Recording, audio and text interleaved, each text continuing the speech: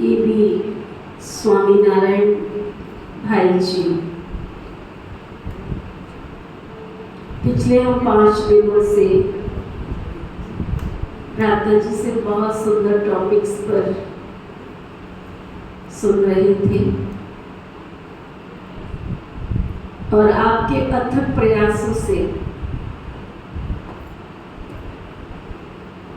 जहां तक हमसे संभव हो पाया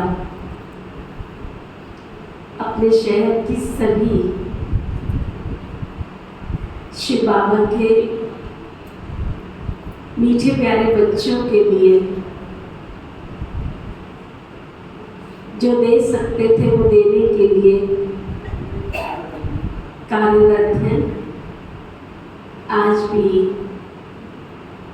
दोपहर को आदेश हॉस्पिटल जो मोड़ा में है वहाँ लगभग 300 से ऊपर डॉक्टर और नर्सेस के बीच में राधा जी की टॉक रही और बहुत सफल रही। बहुत सभी जो स्टूडेंट्स थे वहाँ पर और जो डॉक्टर्स थे सबको बहुत खुद जो वहाँ के ऑनर हैं, जो वहाँ के टीचर्स, जो बच्चों के जो प्रिंसिपल, वो सारा सभी स्टाफ भी साथ में बैठा रहा। सबको बहुत अच्छा लगा क्योंकि हर बात राधा जी टेक्निकल पॉइंट्स के साथ समझाते हैं, तो उसमें कोई किंतु परंतु तो कोई कह नहीं सकता। तो अभी आज भाई जी की नॉलेज में दे रही हूँ। आज की सभा में हमारे रोटरी लायंस, कुछ भारत विकास परिषद, कुछ शहर के IPs, हमारे अनाज मंडी से हमारे चेयरमैन साहब, इस तरह से डॉक्टर हमारे दीपक, डॉक्टर सिद्धार्थ हॉस्पिटल से भी कभी आए नहीं, आने वाले होंगे शायद, तो वो भी सब आने वाले हैं। तो आज आपको गुलदस्ता मिल रहा है, हमारे शहर का गुलदस्ता। तो लोग तो फूलों का गुलदस्ता देते हैं आपको, हम आपको अपने शहर का, शाहबाद का चैतन्य फूलों का गुलदस्ता अर्पित करते हैं।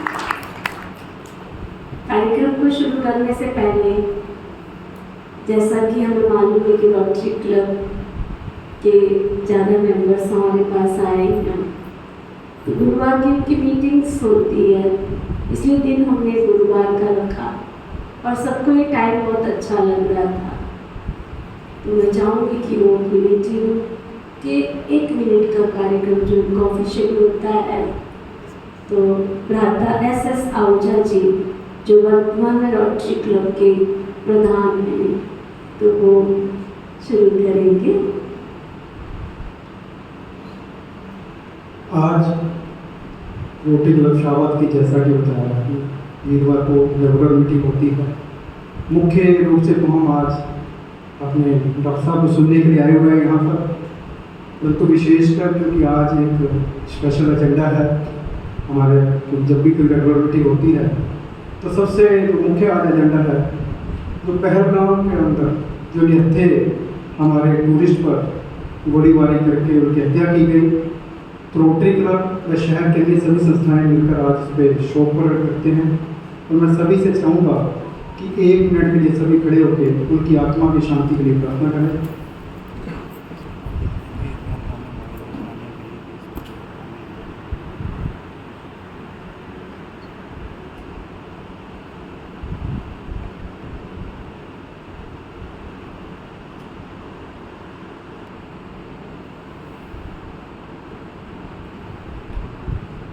ओम शांति, ओम शांति। हमारे इनर व्हील क्लब के सदस्य भी आए हुए हैं, मैं उनका भी यहाँ प्रधान जी आए हुए हैं, सभी मैं स्वागत करता हूँ। और क्लब की तरफ से मैं उमन साहब और चकराल जी से कहूँगा अनुरोध करूँगा कि उन्होंने स्वामी जी जो आज के उनके स्पीकर हैं उनको गुलदस्ता भेंट करके उनका स्वागत करें। इसमें भी हमें साझा नहीं करा, बाकी भी आए साथ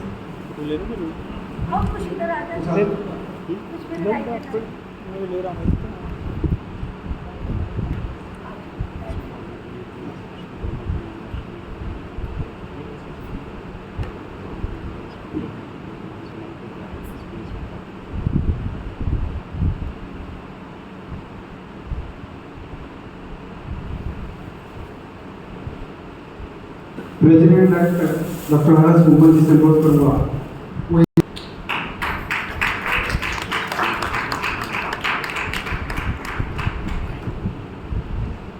थैंक यू वेरी मच आगे के कार्य के लिए। आदरणीय भ्राता एस आहूजा जी को, रोटरी क्लब प्रधान, पहले भी आपकी नॉलेज के लिए रोटरी क्लब शाहबाद पहले भी हमारे साथ मिलकर कार्यक्रम कर चुके हैं। मैं चाहती थी शाहबाद में लगभग वैसी भूमिका बन गई है। सबका स्नेह, सबका प्यार, सबका सहयोग, सब मिलकर के इस शाहबाद की उन्नति के कार्य में हम सब मिलकर लगे हुए हैं। आज हमारे इनर व्हील की तरफ से हमारी रेणु बहन जी भी अपने साथियों को लेकर यहाँ पहुँची हैं। जैसे मैंने बताया आपको कि सब मिला जुला गुलदस्ता है। वैसे मैंने बोला था कि मेरे पास कोई प्रश्न आएंगे तो मैं प्रश्नों के उत्तर आपसे दिलवाऊंगी। तो शुरुआत कैसे करें? आप शुरुआत करें।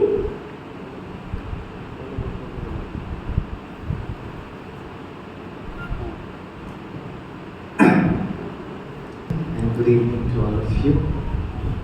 आप सभी आज वर्किंग डे होते हुए भी सुंदर सतगुरुवार के नुमा शाम पर आप सभी यहाँ पहुँचे। मैं आप सभी को व्यक्तिगत स्वरूप में आप सभी का हार्दिक स्वागत करता हूँ। मुझे बहुत खुशी है कि आज बहनें भी यहाँ पहुँचे हैं। Thank you very much for your beautiful presence. वैसे मैं दीदी से पूछ रहा था कि आज का ये शाम का स्वरूप कैसा होगा। So it's just a wonderful heart-to-heart conversation. कोई लेक्चर तो होगा ही नहीं, लेकिन शुरुआत के लिए मैं थोड़ा सा आपको इस विद्यालय का इतिहास बताना चाहूँगा। हिस्ट्री आप सभी ने ब्रह्मा कुमारी के बारे में ज़रूर सुना होगा, और कभी कभी जो इन्फॉर्मेशन आता है कहीं थोड़ा सा डिस्टॉर्टेड होने के भी चांसेस होते हैं। क्योंकि आज जब यहाँ पर आए हैं तो मैं बहुत कम शब्दों में आज tell you the history of this विद्यालय। ये विद्यालय कैसे शुरू हुआ। वे बैक इन 1936-37 जब भारत उस समय अखंड भारत था, राइट, उस समय राइट एक बहुत अच्छे वेल्दी रिच बिजनेसमैन थे जिसका नाम था दादा लेखराज। इसका फोटो आप सब जगह देख सकते हैं, राइट। उनका नाम था दादा Lekhraj, a wealthy rich businessman. He was there in Sindh, Hyderabad. तो आज वर्तमान समय में उस समय अखंड भारत में था, आज वो पाकिस्तान में है। दादा जो थे he was बहुत धार्मिक व्यक्ति थे और more than 60 years of physical age था। बहुत सुंदर जॉइंट फैमिली थी, बड़े भक्त आत्मा थे। दादा की कहानी अगर आप सुनेंगे तो वो हर दिन भगवत गीता का अध्ययन करते थे। विष्णु के वो परम भक्त थे और करीब 12 गुरुएं इन्होंने की थी, राइट। बहुत अच्छी तरह से जीवन व्यवहार चल रहा था। और ऐसे समय पर दादा को एक दिन जब वो ध्यान में बैठे थे, प्रेयर करते थे, प्रार्थना करते थे, मंत्रोच्चारण करते थे, ओम की ध्वनि करते थे, ये उनका एक आध्यात्मिक शैली था। दादा एक दिन बैठकर ऐसे ध्यान कर रहे थे तो अचानक दादा को एक साक्षात्कार मीन्स द डिवाइन रेवलेशन। जहाँ पे दादा ने क्या देखा, दादा ने देखा जैसे आई एम स्पीकिंग अबाउट 1936 की मैं बात कर रहा हूँ, जैसे अप्रॉक्सीमेटली 89-90 ईयर्स पहले की कहानी है। दादा ने देखा जैसे सारी दुनिया बहुत हलचल में है। और आज के समय पर जब आप पूरी दुनिया का सिचुएशन देखते हैं, एग्जैक्टली रीचिंग दैट सिचुएशन। दादा ने देखा पूरी दुनिया में जैसे तबाही मचा हुआ है। एक तरफ भूकंप आ रहा है, दूसरी तरफ बाढ़ आ रहा है, एक देश दूसरे देश से कुछ ऐसे बॉम्ब डाल रहे हैं। 36-37 में तो I am speaking about before the world war. Hiroshima Nagasaki में तो बाद में वो एटॉमिक बम डाला, लेकिन दादा ने वो साक्षात्कार देखा और इतनी प्राकृतिक आपदाएं उन्होंने देखी, लोग एक दूसरे को मार रहे हैं और जैसे दादा ने देखा सारे विश्व में जैसे खून की नदियां बह रही। दादा इतना डर गए और उन्होंने कहा बस बस रुको रुको, और अधिक मैं नहीं देख सकता। तो कुछ समय के बाद दादा ने देखा वो साक्षात्कार थम गया और एक बहुत अच्छा साक्षात्कार दादा ने देखा। दादा ने देखा एक बहुत सुंदर दुनिया, ब्यूटीफुल वर्ल्ड, जहाँ पे श्री कृष्ण वो गोपिकाओं के साथ जैसे स्वर्ग का दृश्य देखा। और दादा को एक मैसेज मिला, उठो बच्चे उठो जागो, अब तुम एक ऐसी नई दुनिया का निर्माण करो। ये साक्षात्कार जब देखा तो दादा को ये बात समझ में आई कि एक है पुरानी दुनिया और एक है नई दुनिया, लेकिन ये नई दुनिया में कैसे लेकर आऊंगा। और सबसे बड़ा इनपुट दादा को ये समझ में नहीं आ रहा था, ये बोलने वाली सत्ता कौन है जो मुझे कह रहा है। फिर दादा को लगा शायद जैसे उनके गुरु महात्मा लोगों का ये होगा, उनकी कृपा होगी, लेकिन जितने भी गुरु महात्मा से बात करते थे तो उनको तो ज़्यादा समझ में नहीं आया। उनको लगा कि उनको इनके साक्षात्कार के बारे में गुरु महात्माओं को इतना पता नहीं है। दादा को लगा शायद ये इंडिकेशन है कि बहुत धन हो गया है, वानप्रस्थ अवस्था स्टार्ट हो रही है, ये बिजनेस इतना करने की ज़रूरत नहीं है। तो उन्होंने अपना बिजनेस को डिसाइड किया कि उसको बंद करना। उनका कुछ एक ऑफिस बॉम्बे में था, कलकत्ता में था, तो कलकत्ता में उनका बहुत बिजनेस पार्टनर थे। तो कलकत्ता में आए और अपना बिजनेस को समेटने के लिए, और जब वहाँ पर आए तो उनको टेलीग्राम मिला कि उनके जो काका जो थे वो काका गुजर गए, राइट, उनके रिलेटिव। तो जब वो उसी के बारे में कहा ठीक है मैं वापस आता हूँ, लेकिन उसी समय पर उन्होंने दूसरा साक्षात्कार देखा। और साक्षात्कार में दादा ने क्या देखा कि उनके काका लेटे हुए हैं, त्रिकुटी के बीच में ज्योति बिंदु आत्मा उठ रही है, वो शरीर के चारों तरफ घूम रही है और ऊपर जा रही है। ये दादा ने देखा। नेचुरली दादा को, क्योंकि इतना भगवत गीता पढ़ते थे, भगवत गीता में जो क्लियरली स्पष्ट दिखाई देता है, बताया जाता है कि शरीर अलग है, आत्मा अलग है। नेचुरली जब आत्मा शरीर छोड़ती है, मृत्यु में तो आत्मा शरीर छोड़ती है। तो दादा को ये मैसेज जरूर मिला, कहीं ना कहीं उनको लगा कि एक स्पिरिचुअल इनपुट उनको मिल रहा है।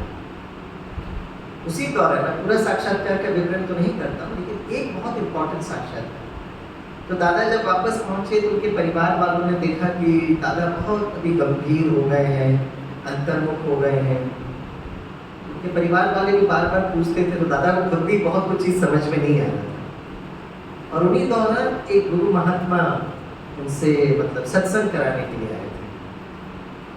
तो जब सत्संग कराने के लिए आए तो सभी परिवार के सदस्य बैठे थे और दादा भी बैठे थे।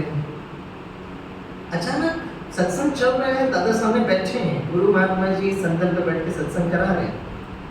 अचानक दादा को लगा जैसे कोई शक्ति उन्हें खींच रही है और ना चाहते हुए भी वो वहां से उठे और अपने पूजा के कमरे में गए। और जैसे ही पूजा के कमरे में पहुंचे तो उन्होंने एक बहुत सुंदर साक्षात्कार देखा, और वो साक्षात्कार था परम ज्योति शिव परमात्मा का। और फिर उनको वाणी सुनाई दी, ज्ञान स्वरूपम शिवो अहम, प्रकाश स्वरूपम शिवो अहम, आनंद स्वरूपम शिवो अहम। तो परम ज्योति का उन्होंने साक्षात्कार देखा कि प्रकाश स्वरूप मैं शिव हूँ, ज्ञान स्वरूप मैं शिव हूँ, आनंद स्वरूप मैं शिव हूँ।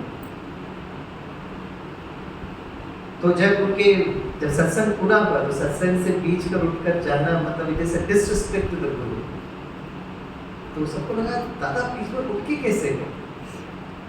तो उनकी जो बहू थी वो घूमते घूमते जब पूजा के कमरे में पहुंचे तो देखा कि दादा एकदम ध्यान में है, चेहरे में बहुत तेज, आंखों में इतनी रूहानियत। तो उन्होंने पूछा दादा क्या हुआ। तो दादा ने कहा चलिए चलिए मैं आपको बताता हूँ। और जो सत्संग में बैठे थे वहाँ बैठे और दादा को ये साक्षात्कार कुछ और एक साक्षात्कार जो हुए थे तो उन्होंने दादा ने बताना आरंभ किया। बस बताने के बाद दादा ने क्या किया, ओम की ध्वनि करनी है। जैसे Brahma Kumari initially it was called as Om Mandali, ओम की ध्वनि करने लगे। और जैसे ही वो ओम की ध्वनि करने लगे, जो सभा में जो बैठे थे उनको अलग अलग साक्षात्कार हुए। कुछ लोगों को वैकुंठ का साक्षात्कार हुआ, कुछ लोगों को श्री कृष्ण का साक्षात्कार हुआ, कुछ लोगों को विष्णु का साक्षात्कार, श्री लक्ष्मी नारायण का साक्षात्कार। और ये बात धीरे धीरे सिंध हैदराबाद में फैलने लगा कि दादा के सत्संग में जाएंगे तो अच्छे अच्छे साक्षात्कार होने लगे। और धीरे धीरे कुछ भाई बहने दादा के सत्संग में आने लगे। तो इनिशियल केस में दादा बस ओम की ध्वनि करते थे।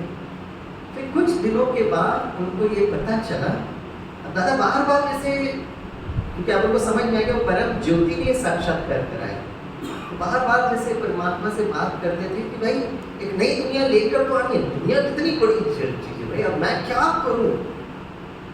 तो फिर परमात्मा ने कहा एक नई दुनिया बनेगी थ्रू नॉलेज एंड विजडम। परमात्मा ने कहा क्योंकि परम ज्योति वो निराकार है, अगर उनको ज्ञान सुनाना होगा तो एक रथ की जरूरत है। इसलिए शास्त्रों में ये बताते हैं भागीरथ ने गंगा को स्वर्ग से धरती पर लेकर, सोचने के बाद भागीरथ मतलब क्या है, भाग्यशाली रथ, रथ मतलब शरीर। परमात्मा इस धरती पर उतरकर फिर उन्होंने कहा आज से आपके माध्यम के द्वारा मैं ज्ञान सुनाना आरंभ करूंगा। और इस तरीके से 1936-37 से ये ज्ञान गंगा स्टार्ट हुआ। जैसे भगवत गीता में एक बहुत सुंदर श्लोक है, अवजानन्ति मां मूढ़ा मानुषी तदमाश्रितम्। अवजानन्ति मतलब मूढ़ मनुष्य इस बात को जानते ही नहीं है, राइट, कि परमात्मा का ज्ञान सुनाएंगे तो कोई ना कोई मनुष्य का तन का आधार लेना पड़ेगा। और इस तरह से शिव परमात्मा ने धीरे धीरे धीरे ज्ञान सुनाना आरंभ किया, राइट। 1936-37 से तो चला, लेकिन एक नई दुनिया अगर बनानी है तो कैसे बनानी है।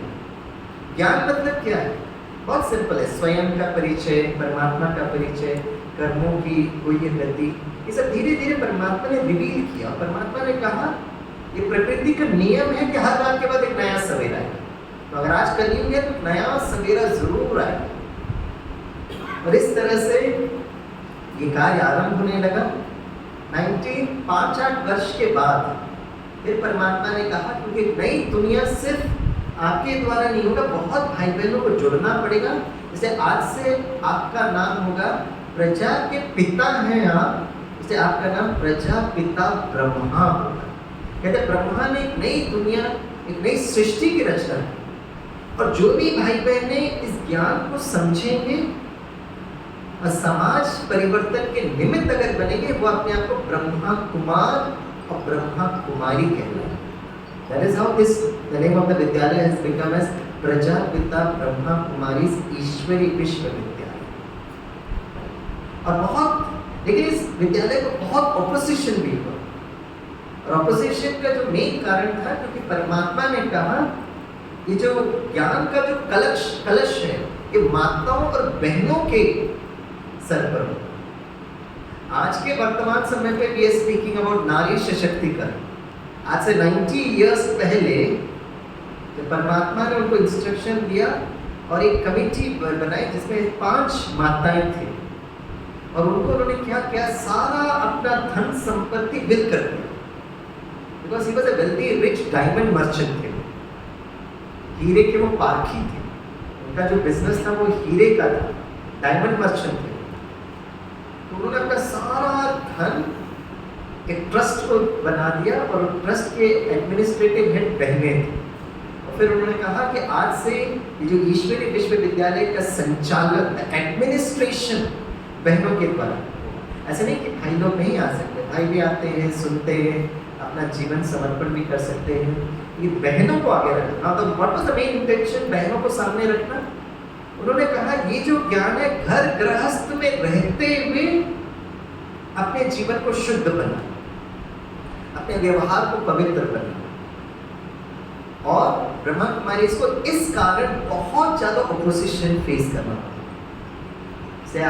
उस समय की बात है ना, 90 इयर्स पहले की बात है, इसलिए उस समय पर हमको बहुत ज़्यादा ऑपोजिशन फेस करना पड़ा। लेकिन धीरे धीरे धीरे जब समाज को पता चला, 1950 में 47 में भारत पाकिस्तान का विभाजन हुआ, 1950 में फिर उनको इंस्ट्रक्शन मिला तो सारी की सारी जो ओम मंडली थी उन्होंने स्थानांतरण किया एट माउंट आबू, राजस्थान, और वहाँ से फिर वो इंटरनेशनल हेडक्वार्टर्स स्टार्ट किया। तो 1950 के बाद धीरे धीरे ये जो कार्य है सारे विश्व में फैलने लगा। Today we enjoy an NGO status with the United Nations, consultative status with USL and UNESCO. We have got our centers in more than 110 countries. 110 देशों से ज़्यादा ये विद्यालय जो है कार्य करता है। मुझे बहुत अच्छा लगा कि आज यहाँ पे रोटरी के भाई बहन हैं, लायंस के भाई बहन हैं, भारत के परिषद, राइट, क्या बोलते हैं उसको, भारत विकास परिषद, आप सभी यहाँ पहुँचे हैं, हमारे इनरवीर की बहनें पहुँचे हैं, समाज के अलग अलग, है ना, बहुत विशेष स्थान वाले आप सभी यहाँ पहुँचे हैं। When you speak, हाँ, हमारे अनाज मंडी के आप रिस्पेक्टेड चेयरपर्सन भी पहुँचे हैं।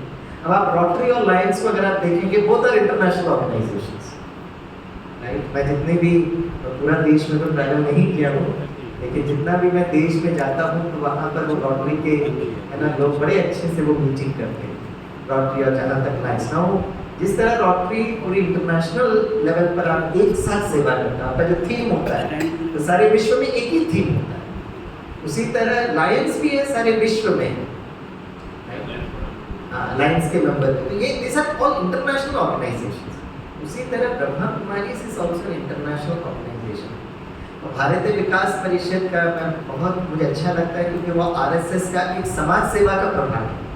और आज भी मैं, राइट, जो हेल्पर यूनिट के बहुत भाई बहनों से मिल रहा था सुबह, तो दिल से इतना अच्छा लगता है कि हम लोग सब मिलकर सेवा कर सकते हैं। और खास कर राइट, ब्रह्मा कुमारी का ये जो एक हफ्ते का जो शिविर है is also a part of the social service wing, right. और मैं खास करके भारत विकास परिषद के भाई बहनों को बताना चाहूँगा कि मुझे एक जो सनराइज पीस अवार्ड मिला वो नागपुर में मिला, और आदरणीय आरएसएस के जो सचक चालक हैं आदरणीय श्री मोहन भागवत जी ने ही मुझे वो अवार्ड दिया है। इसीलिए आई have a very beautiful relationship, और मुझे बहुत अच्छा लगता है कि आज के समय पर, राइट, आप सभी यहाँ पे जुड़े। और वर्तमान स्थिति को अगर आप देखते हैं, भारत और विश्व की अवस्था को अगर आप देखते हैं, हम लोग जब स्टार्टिंग में ये बात बताते थे तो लोग कहते थे ब्रह्मा कुमारी ऐसा विनाश की बात क्यों कहते, why are you speaking about दुनिया चेंज हो,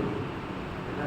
मैं आई स्पीकिंग अबाउट आज से बहुत वर्ष पहले की बात, बट टुडे अगर आप दुनिया का सिचुएशन देखोगे, राइट, रशिया यूक्रेन, पिछले 3 साल से युद्ध चल रहा है, आज भी वो युद्ध रुका नहीं है। फिर लोग कहते हैं वॉर का सिचुएशन अगर हम देखेंगे, दूसरा अगर आप देखेंगे Israel fighting with Palestine, America fighting with Iraq, और धीरे धीरे आज के समय पर, जब इस समय पर हम खड़े हैं, है ना, पाकिस्तान ने तो ऑलरेडी कह दिया है कि इंडस ट्रीटी को अगर बंद किए it is equivalent to a war, right. वर्तमान समय पर all party meeting is taking place in Delhi. प्रधानमंत्री जी आज बिहार में जाकर इंग्लिश में उन्होंने बात की, पहली बार आपने देखा होगा प्रधानमंत्री speaking in such beautiful English. Naturally सारे लोग जो सुन रहे थे उन्होंने महसूस किया इंग्लिश में, इसलिए उन्होंने बोला था कि पूरे विश्व के जो नेताएं हैं वो उनको इंग्लिश में सुनकर समझे कि where are we in situation. So we are actually entering into a stage जहाँ पर क्या होगा पता नहीं है। और ऐसे समय पर अगर आप ब्रह्मा कुमारी इस विद्यालय का पर्सपेक्टिव को अगर आप समझना चाहेंगे तो हम लोग एब्सोल्युटली, हमको बहुत वर्षों पहले ये पता था ये होने वाला है। तो हमारे लिए जैसे जैसे एक सिचुएशन होता है ना, तो हम लोग आपस में जब डिस्कस करते हैं तो हम कहते हैं इट्स नथिंग न्यू, क्योंकि we already know it's going to happen. जैसे मैं पहला दिन भी मैं महाभारत में कह रहा था, अर्जुन को 2 बातें बहुत क्लियर थी। नंबर 1, युद्ध जरूर होगा। ये युद्ध इमीडिएटली कल परसों होगा ये नहीं होगा, मैं कोई ज्योतिष नहीं हूँ, मैं कोई भविष्यवाणी यहाँ करने नहीं आया। एक परमात्मा ने ब्रह्मा बाबा को जो साक्षात्कार कराया वो हम लोग हर दिन सामने देखते हैं। Every day we are seeing what is happening in front of us. My last चीज, तो what are we supposed to do? मैं एक छोटी सी बात बताकर मैं फिर अपनी वाणी को विराम दूंगा। एंड देन अगर आपको कुछ पूछना है, कुछ क्वेश्चंस भी आए हैं तो उसको हम जरूर देखेंगे। सी, अगर हम युद्ध का सिचुएशन देखेंगे तो Russia is fighting with Ukraine. They have a very valid reason for fighting. NATO में मेंबर बनना है या नहीं बनना है, right? Palestine is fighting with Israel, उनका अपना रीजन। भारत पाकिस्तान के साथ युद्ध करने का बहुत जायज कारण है, एब्सोल्युटली गुड। एक काम करते हैं, हमको लगता है जो युद्ध जो हो रहा है ना, वो एक देश दूसरे देश से लड़ रहा है और फिर बहुत सारे अलग कारण भी हो सकते। एक काम करते हैं, भारत देश को देखते हैं। We see the country is India. अब मैं आपको बता रहा हूँ, क्या भारत के अंदर कॉन्फ्लिक्ट नहीं हो रहा है? One state is fighting with other state.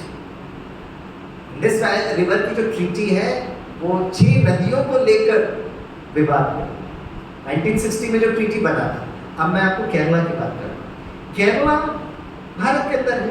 Kerala is fighting with Tamil Nadu, Kerala is fighting with Karnataka for river watershed. एक ही देश में एक state is having a conflict, युद्ध नहीं है, कॉन्फ्लिक्ट। एक काम करते हैं, माइक्रो यूनिट पर आ जाते हैं। केरला को लेकर और केरला में समय की मर्यादा को लेकर एक यूनिट को देखते हैं, फैमिली ऐसी यूनिट। केरला का एक परिवार को मैं लेता हूँ, सेम धर्म, सेम जाति, सेम भाषा, सेम देश, good news, same blood group भी होगा, राइट? तो घर के अंदर तो स्वर्ग होना चाहिए ना, घर के अंदर जन्नत होना चाहिए। अगर आपको लगता है एक देश दूसरे देश से युद्ध करना जायज है, we are fighting in the name of religion.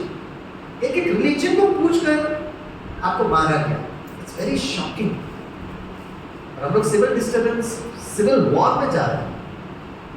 But मैं पूछता हूँ, एक परिवार के अंदर तो फिर शांति, प्रेम, सौहार्द होना चाहिए ना।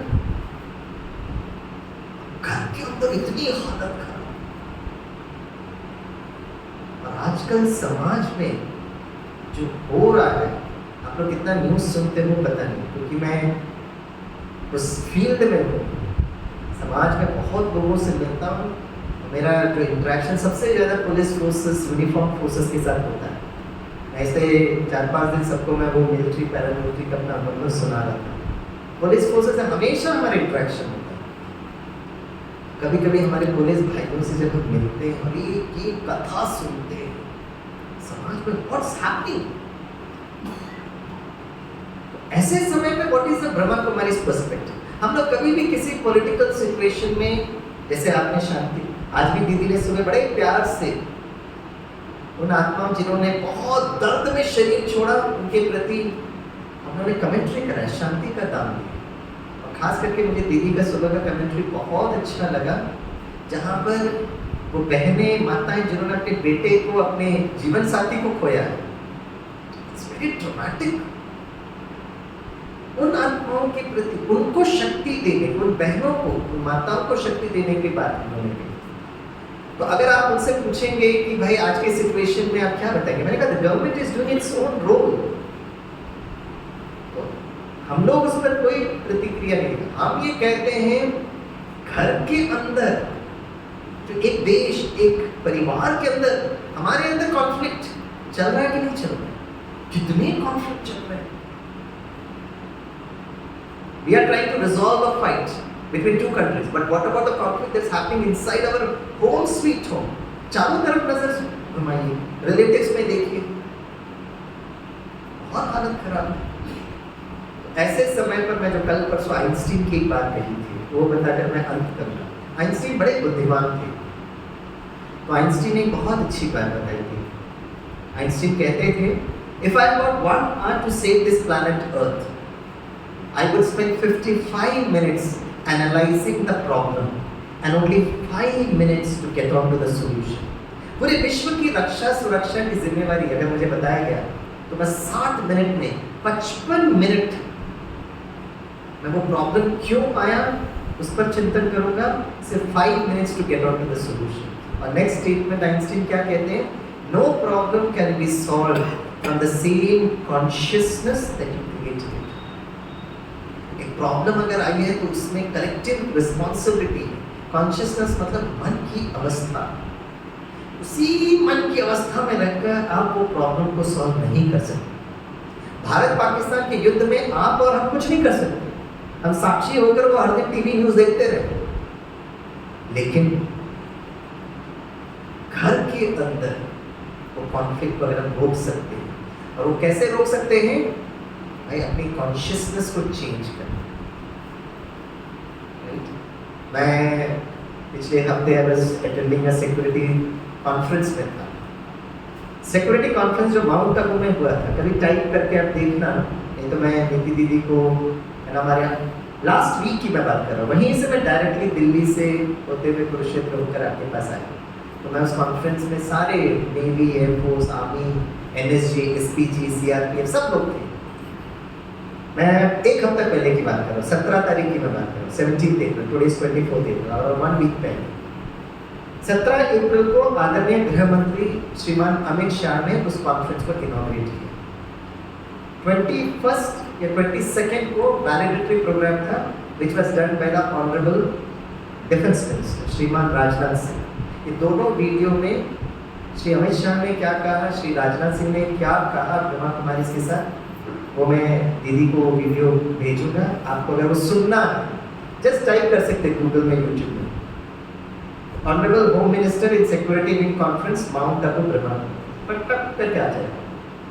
तो सुनिएगा गृह मंत्री ने क्या वहां बोला, है ना, राजनाथ सिंह ने क्या बोला। दोनों ने यही कहा कि हमारे डिफेंस फोर्सेस को सशक्त करने का कार्य ब्रह्मा कुमारी विद्यालय में।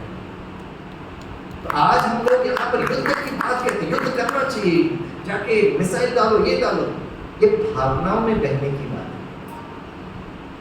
लेकिन जो भी एक्शन भारत सरकार करेगी, लेकिन हमारे लिए बहुत इंपॉर्टेंट है वो जो सोल्जर्स जो हैं जवान, उनको सशक्त करना। और इसलिए मैंने 25 वर्ष की हमारी सिक्योरिटी सर्विस की यात्रा, मैंने दूसरे या तीसरे दिन वो वीडियो लगाया हुआ था। जो लोग उस प्रोग्राम में थे तो आपने देखा होगा, 25 इयर्स की यात्रा। We are celebrating the silver jubilee anniversary of our security service में। तो मैं वो उदाहरण क्यों बताया, मैं बस एक छोटा सा अनुभव बताता हूँ। हमारे उस सिक्योरिटी सर्विस विंग के कॉन्फ्रेंस में एनएसजी कमांडोज की थी, और मैं भारत के एनएसजी कमांडोज के हेडक्वार्टर्स में भी किया हूँ, ब्लैक कैट कमांडोज जिसको बोलते हैं। उनका चेन्नई हब में भी मैंने सेशन लिया है, उनके मुंबई हब में तो मैं पिछले महीने में गया था। तो हम लोग एनएसजी कमांडो को क्या बताते हैं, वो बताकर मैं अंत करूँगा। हम कहते हैं कि जब भी आप 3 सेकंड हम आपसे मांगते हैं, पहला सेकंड 3 स्वरूप में टिकना। नंबर 1, मैं आत्मा शांत स्वरूप। नंबर 2, मैं आत्मा प्रेम स्वरूप। नंबर 3, मैं आत्मा शक्ति स्वरूप, स्मृति, कॉन्शियसनेस। मैं कमांडोज के लिए जो ट्रेनिंग देता हूँ मैं आपको बता दूँ, इतना सिंपल ट्रेनिंग देते हैं। आज तक मैंने खुद कभी AK-47 हाथ में पकड़ा नहीं, कभी देखता हूँ लोग ट्रेनिंग करते रहते हैं, मैंने आज तक उसको स्पर्श नहीं किया। अगर आप मुझे समझ में AK-47 कैसे चलाते हैं, कितना भारी होता है, वो फोर्सवेल कमांडो पे SP साहब ने मुझे AK-47 दिया, मैं उठाया तो मेरा हाथ ही झुक गया, मुझे नहीं आता वो कैसे करना। तो फिर हम लोग 25 वर्ष कर क्या रहे भाई, उस कमांडो को हम लोग ट्रेनिंग देते हैं कि आप 3 सेकंड की स्मृति रूपी स्विच ऑन करें, शांत स्वरूप, प्रेम स्वरूप, शक्ति स्वरूप। और जो मैं कमांडोज को बोल रहा हूँ वही हमें घर में करना जरूरी है। और मैं कमांडोज को मैं बोलता हूँ, जब आप अपने यूनिट में अपने सीनियर्स, जूनियर्स, कलीग्स के साथ हैं, तब मैं चमकता हुआ सितारा शांत स्वरूप, ये स्मृति में। जब ये कमांडो घर में जाता है और अपना एनएसजी कमांडो का वो जो ब्लैक जो जर्सी होता है वो खूंटी पे चढ़ाता है, जर्सी उतारेगा, तो जिस क्षण को खूंटी पर चढ़ाता है उस समय इस कमांडो को हम समझाते हैं कि आप कमांडो के स्वरूप में घर में मत जाइए। आप एक पिता हो, आप एक बेटे हो, आप एक पति हो, आप एक भाई हो।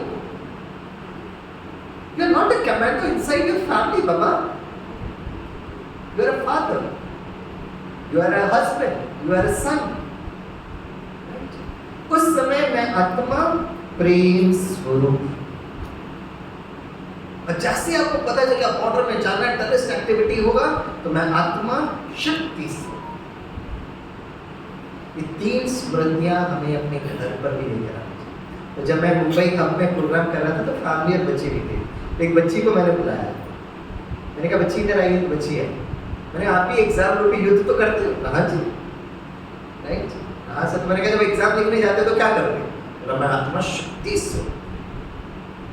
तो मैंने कहा अच्छा काम करते हैं, पापा जब युद्ध के मैदान में जा रहे हैं, आप अपने ऑफिस में, आप अपने एग्जाम में जा रहे हैं, पापा भी शक्ति स्वरूप और आप भी शक्ति स्वरूप। मामा कौन से स्वरूप में होना चाहिए? डियर मामास, है ना, इनर व्हील के मैडम जी बोलिए। मामा घर पर है, अब युद्ध कर रहा है वो कमांड, बच्ची जा रही है एग्जाम लिखने जा, माँ कौन से स्वरूप में रहेगी? अरे वाह, तालियां बजाइए उनके लिए। मामा तीनों स्वरूप में टिकना पड़ेगा, क्योंकि मामा आधार है। शांत स्वरूप, क्योंकि बच्ची को भी एग्जाम दिख रही है लेकिन इतना शांत होना चाहिए, वो कमांडो उस समय पे भी शांत। और आप अपने फैमिली मेंबर्स को भी तो मैनेज करेंगे, शांत स्वरूप। प्रेम स्वरूप भी होना चाहिए, और मामा शक्ति स्वरूप। तीनों का स्वरूप अगर माँ होगी तो वो जीवन साथी हो या बच्ची हो, उनके सिचुएशन के हिसाब से वो अपना फोकस करें। तो आज के समय पर तो सारी दुनिया हलचल में, पत्रकार वेट कर रहे, ब्रेकिंग न्यूज क्या आता है, ब्रेकिंग न्यूज क्या आता है। हम ये देख रहे पहला मिसाइल कहां से उड़ेगा। जब युद्ध होता है ना तो सब लोग को एक अलग प्रकार की देशभक्ति जागृत हो जाती है, होना भी चाहिए। लेकिन घर के अंदर भी युद्ध नहीं होना चाहिए। घर के अंदर हम शांत स्वरूप, प्रेम स्वरूप, शक्ति स्वरूप। तो ब्रह्मा कुमारी का बहुत क्लियर कट स्ट्रैटेजी, राइट। तो आज हम सभी यहाँ पर आए, मुझे पूर्ण विश्वास है कि भारत इस समय पर बहुत सशक्त रहेगा। मुझे बहुत अच्छा लगा, सारा देश एक साथ जुड़ करके in the time of such a calamity एक साथ जुड़ा हुआ है। और इस इमोशंस में I am so happy, the Rotary is there, the Lions is there, Shahabad के सभी लोग जुड़कर परिवार के साथ, और हमारे सैनिक जो तैयारी कर रहे हैं, अब कहाँ पर क्या होगा वो तो समय आगे बताएगा। लेकिन हमें विश्वास है कि इस काले बादल छटने तक एक बहुत अच्छी दुनिया का एक आगाज होने वाला है, और हम इस बात के लिए तैयारी करें। आप सभी का बहुत दिल से स्वागत, थैंक यू। अब अगर आपको कुछ पूछना है या कुछ इंटरेक्ट करना है तो मोस्ट वेलकम।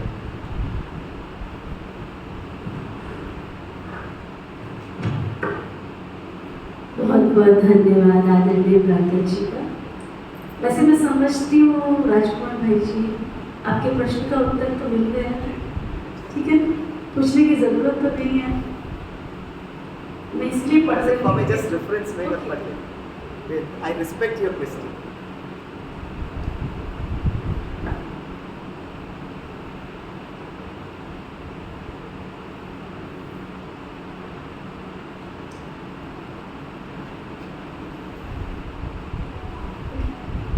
कुछ अच्छा है, लेकिन दूसरा क्वेश्चन बड़ा इंटरेस्टिंग। तो if you give me permission, वैसे आज का ये सेशन कितने समय तक हमको करना है? 8:30 तक होगी, और 8:30 के बाद? 8:30 के बाद हम क्या करेंगे? नहीं, कुछ भोजन की व्यवस्था है? हाँ, पिकनिक की प्लेट मिलेगी। पिकनिक की प्लेट, वहाँ पे ये प्रश्न पूछना चाहिए ना, मैं तो यही इंटरेस्टिंग है। 8:30 को क्या खरीदना है खिला, वो मैं दीदी से पूछता हूँ। चाय मिलेगी, पिकनिक की प्लेट मिलेगी। अच्छा, राजकुमार भाई, राइट। मैं दोनों प्रश्न जस्ट फॉर योर रेफरेंस, ठीक है, रिस्पेक्ट। पेशे से मैं शिक्षक हूँ, तो जानना चाहता हूँ कि आपने विद्यार्थियों में एकाग्रता, विनम्रता और शिक्षा के प्रति लगाव बढ़ाने के लिए क्या किया जा सकता है? So sweet. दूसरा प्रश्न भाई साहब ने पूछा है, आर्टिफिशियल इंटेलिजेंस किस तरह अध्यात्म को जानने व अनुभव करने में सहायक हो सकती है? तो कल एक काम करते हैं, क्वेश्चन नंबर 2 का मैं जो है ना, मैं आपको क्वांटम मैकेनिक्स से वीडियो कल दिखाऊंगा। I will speak about artificial intelligence, right. तो कल जब आप वीडियो देखेंगे उस लेक्चर के बीच में, और उस आर्टिफिशियल इंटेलिजेंस क्या है वो मैं आपको ज़रूर बताऊंगा। क्वांटम मैकेनिक्स क्या है मैं ज़रूर बताऊंगा।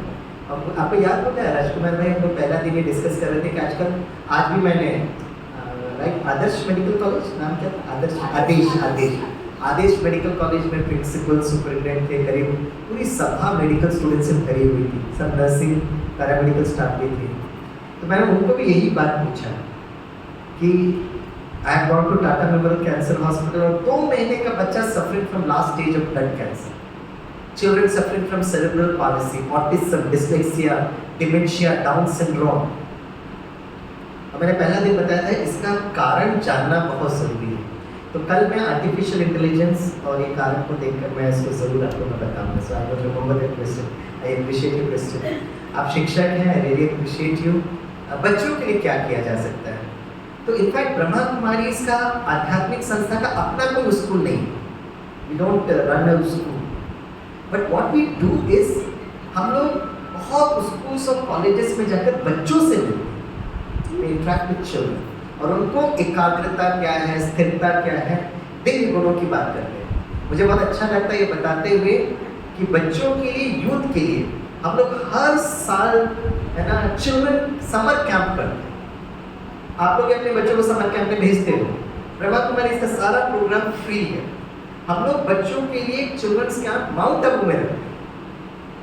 मई के महीने में वो चिल्ड्रंस कैंप होता है, थोड़ी गर्मी होती है वहाँ पर माउंट ज्ञान शांतिवन में, लेकिन बच्चों को उस समय छुट्टियाँ होती हैं, राइट। हम वहाँ पे क्या सिखाते हैं, सारे टॉपिक्स लेते हैं। मैं उस दिन सिक्योरिटी विंग के प्रोग्राम के बाद माउंट आबू के जब शांतिवन में पहुंचा तो यूथ प्रोग्राम था, वहाँ पे 1 घंटा मैंने साइंस ऑफ कॉन्सेंट्रेशन पर उनको क्लास कराया। तो हम लोग ये नियमित रूप से करते हैं। समर कैंप भी हम लोग करते हैं। समर कैंप की एक बात बताकर मैं फिर if you have any questions you can most welcome ask. मुझे याद है बहुत वर्ष पहले हम लोग बच्चों का समर कैंप कर रहे थे, राइट। तो बच्चों को हमने कहा कि यहाँ पर हर दिन हम लोग मेडिटेशन कराएंगे, बहुत सारे एक्टिविटीज़ कराएंगे, लेकिन बच्चों को एक होमवर्क करना, क्योंकि मैंने उस दिन भी बताया था छोटे छोटे बच्चों को हमने पूछा आपका जीवन का लक्ष्य क्या है। तो छोटा बच्चा था, खड़े होकर कहता सर ऑप्शन प्लीज। मैंने करोड़पति चल रहा, सर ऑप्शन दीजिए। तो मैंने 4 ऑप्शन दिए बच्चे को। Option A engineer, option B doctor, option C manager officer, option D a good human being. सारे बच्चों ने अंकल ऑप्शन डी लॉक कर दो, अंकल ऑप्शन डी लॉक कर दो, गुड ह्यूमन बीइंग। अब बच्चे को पता है कि इंजीनियर बनना है तो 12th क्लास के बाद ओके यू हैव टू पे for the JEE exam, IIT में एडमिशन लीजिए। बच्चे को पता है डॉक्टर बनना है तो नीट एग्जाम लिखेगा, एम्स में ज्वाइन करेगा। बच्चे को पता है कि अगर मुझे मैनेजर बनना है तो ग्रेजुएशन के बाद कैट एग्जाम लिखो, आईआईएम में ज्वाइन करो, पता है। अब बच्चा कह रहा है I have to become a good human being. अब गुड ह्यूमन बीइंग कैसे बनेंगे, क्या अपने आप बन गए? अरे मशीन पर काम करने के लिए आपको पढ़ना पड़ता है, मशीन पर, शरीर पर काम करने के लिए पढ़ना पड़ता है, एडमिनिस्ट्रेशन काम करने के लिए पढ़ना पड़ता है। गुड ह्यूमन बीइंग ऐसे बने, सोचने की बात, ऐसे नहीं बनते गुड ह्यूमन बीइंग। तो मैंने कहा 1 हफ्ता आपको यहाँ पे गुड ह्यूमन बीइंग के बारे में पढ़ाया जाएगा। सर बहुत अच्छा। तो मैंने कहा काम करते, पहला दिन था तो ओपनिंग रिमार्क्स मैंने कहा बच्चों 1 हफ्ता for 1 week you should be peaceful, you should be loveful, you should be cheerful। अब मैं कहा 1 हफ्ता पापा पर और विशेष पापा तो फिर भी ऑफिस चले जाते हैं, मम्मा पर बिल्कुल गुस्सा नहीं था प्लीज, क्योंकि मम्मा वैसे परेशान होती है, पूरा गर्मी की छुट्टी में घर में उधर करता रहता है। मैं कहा 1 हफ्ता बी गुड ह्यूमन बीइंग। और दूसरा दिन जब आप आओगे ना तो आप अपने साथ एक लेटर हमने लिख के दिया, आई और माय सन डॉक्टर नाम लिखा, बस yesterday was very peaceful loveful cheerful, right. और मम्मा का सिग्नेचर या पापा का सिग्नेचर, पूरा 7 दिन आकर ये सिग्नेचर लेकर आओ। और 7 सिग्नेचर अगर दिखाई दे तो वैलिडिटी प्रोग्राम में हमारे बड़े दीदी आएंगे, सबको बहुत गिफ्ट देंगे। Is that okay? हाँ जी। दूसरा दिन जब मैं चाहता हूँ सर सर सर मम्मा ने सिग्नेचर किया, सर वो सिग्नेचर होता है। एक कहता पापा ने सिग्नेचर किया, मैंने कहा सर पीसफुल लवफुल, सर बिल्कुल मम्मा पर गुस्सा नहीं किया सर, प्लीज गिफ्ट जरूर देना। मैंने कहा ओके राइट। 1 हफ्ते के बाद जब हम लोग वैलिडिटी प्रोग्राम में पेरेंट्स से मिले तो सारे माता स्वामी भाई पता नहीं एक हफ्ता ये छोटू इतना अच्छा था, आज मुझे समझ में गिफ्ट के चक्कर में अच्छा था। मगर फिर भी देखो गुड ह्यूमन बीइंग तो बना ना वो। बोला हाँ जी हाँ जी हाँ जी। तो स्टोरी गॉट कंप्लीट ना, तो क्लाइमैक्स में बता। अब दूसरे साल फिर समर कैंप था, तो हमने वो सारी जगह पब्लिसिटी किया। तो एक बच्ची है, she was in the 7th standard, और नाम भी उस बच्ची का मुझे बहुत क्लियरली याद है। Her name was Ananya.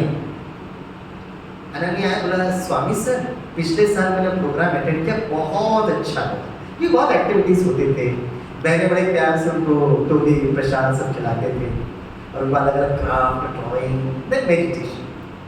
तो बोला अनन्या ने बोला स्वामी सर इस बार भी मैं अटेंड करना चाहता हूँ, but with a small request. मैंने कहा व्हाट रिक्वेस्ट? बोला वो जो माँ का होमवर्क दिया था ना वो इस साल मत देना। मैंने कहा क्यों? What happened? बोला सर प्लीज ना वो होमवर्क मत दीजिए ना। मैंने कहा but what happened Ananya? Ananya ने कितनी ब्यूटीफुल बात बताई। बोला स्वामी सर सच्ची बात बताओ? मैंने कहा बताइए।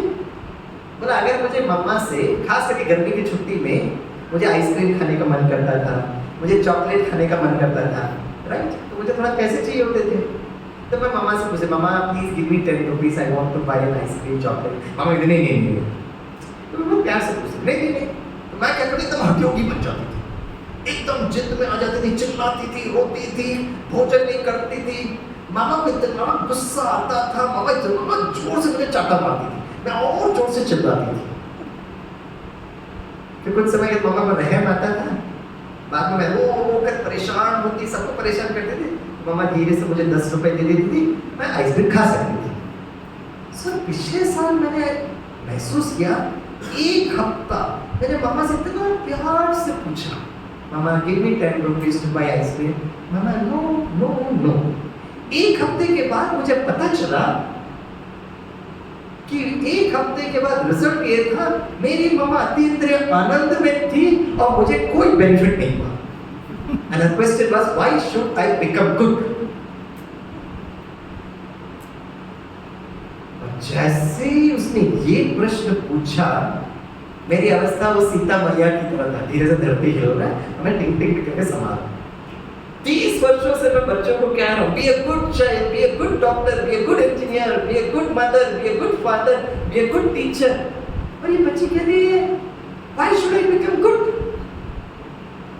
मैं अच्छी क्यों बनूं? मुझे 10 रुपए नहीं मिल रहे आइसक्रीम खाने के लिए। And this is my wonderful case study when I select my MBA students।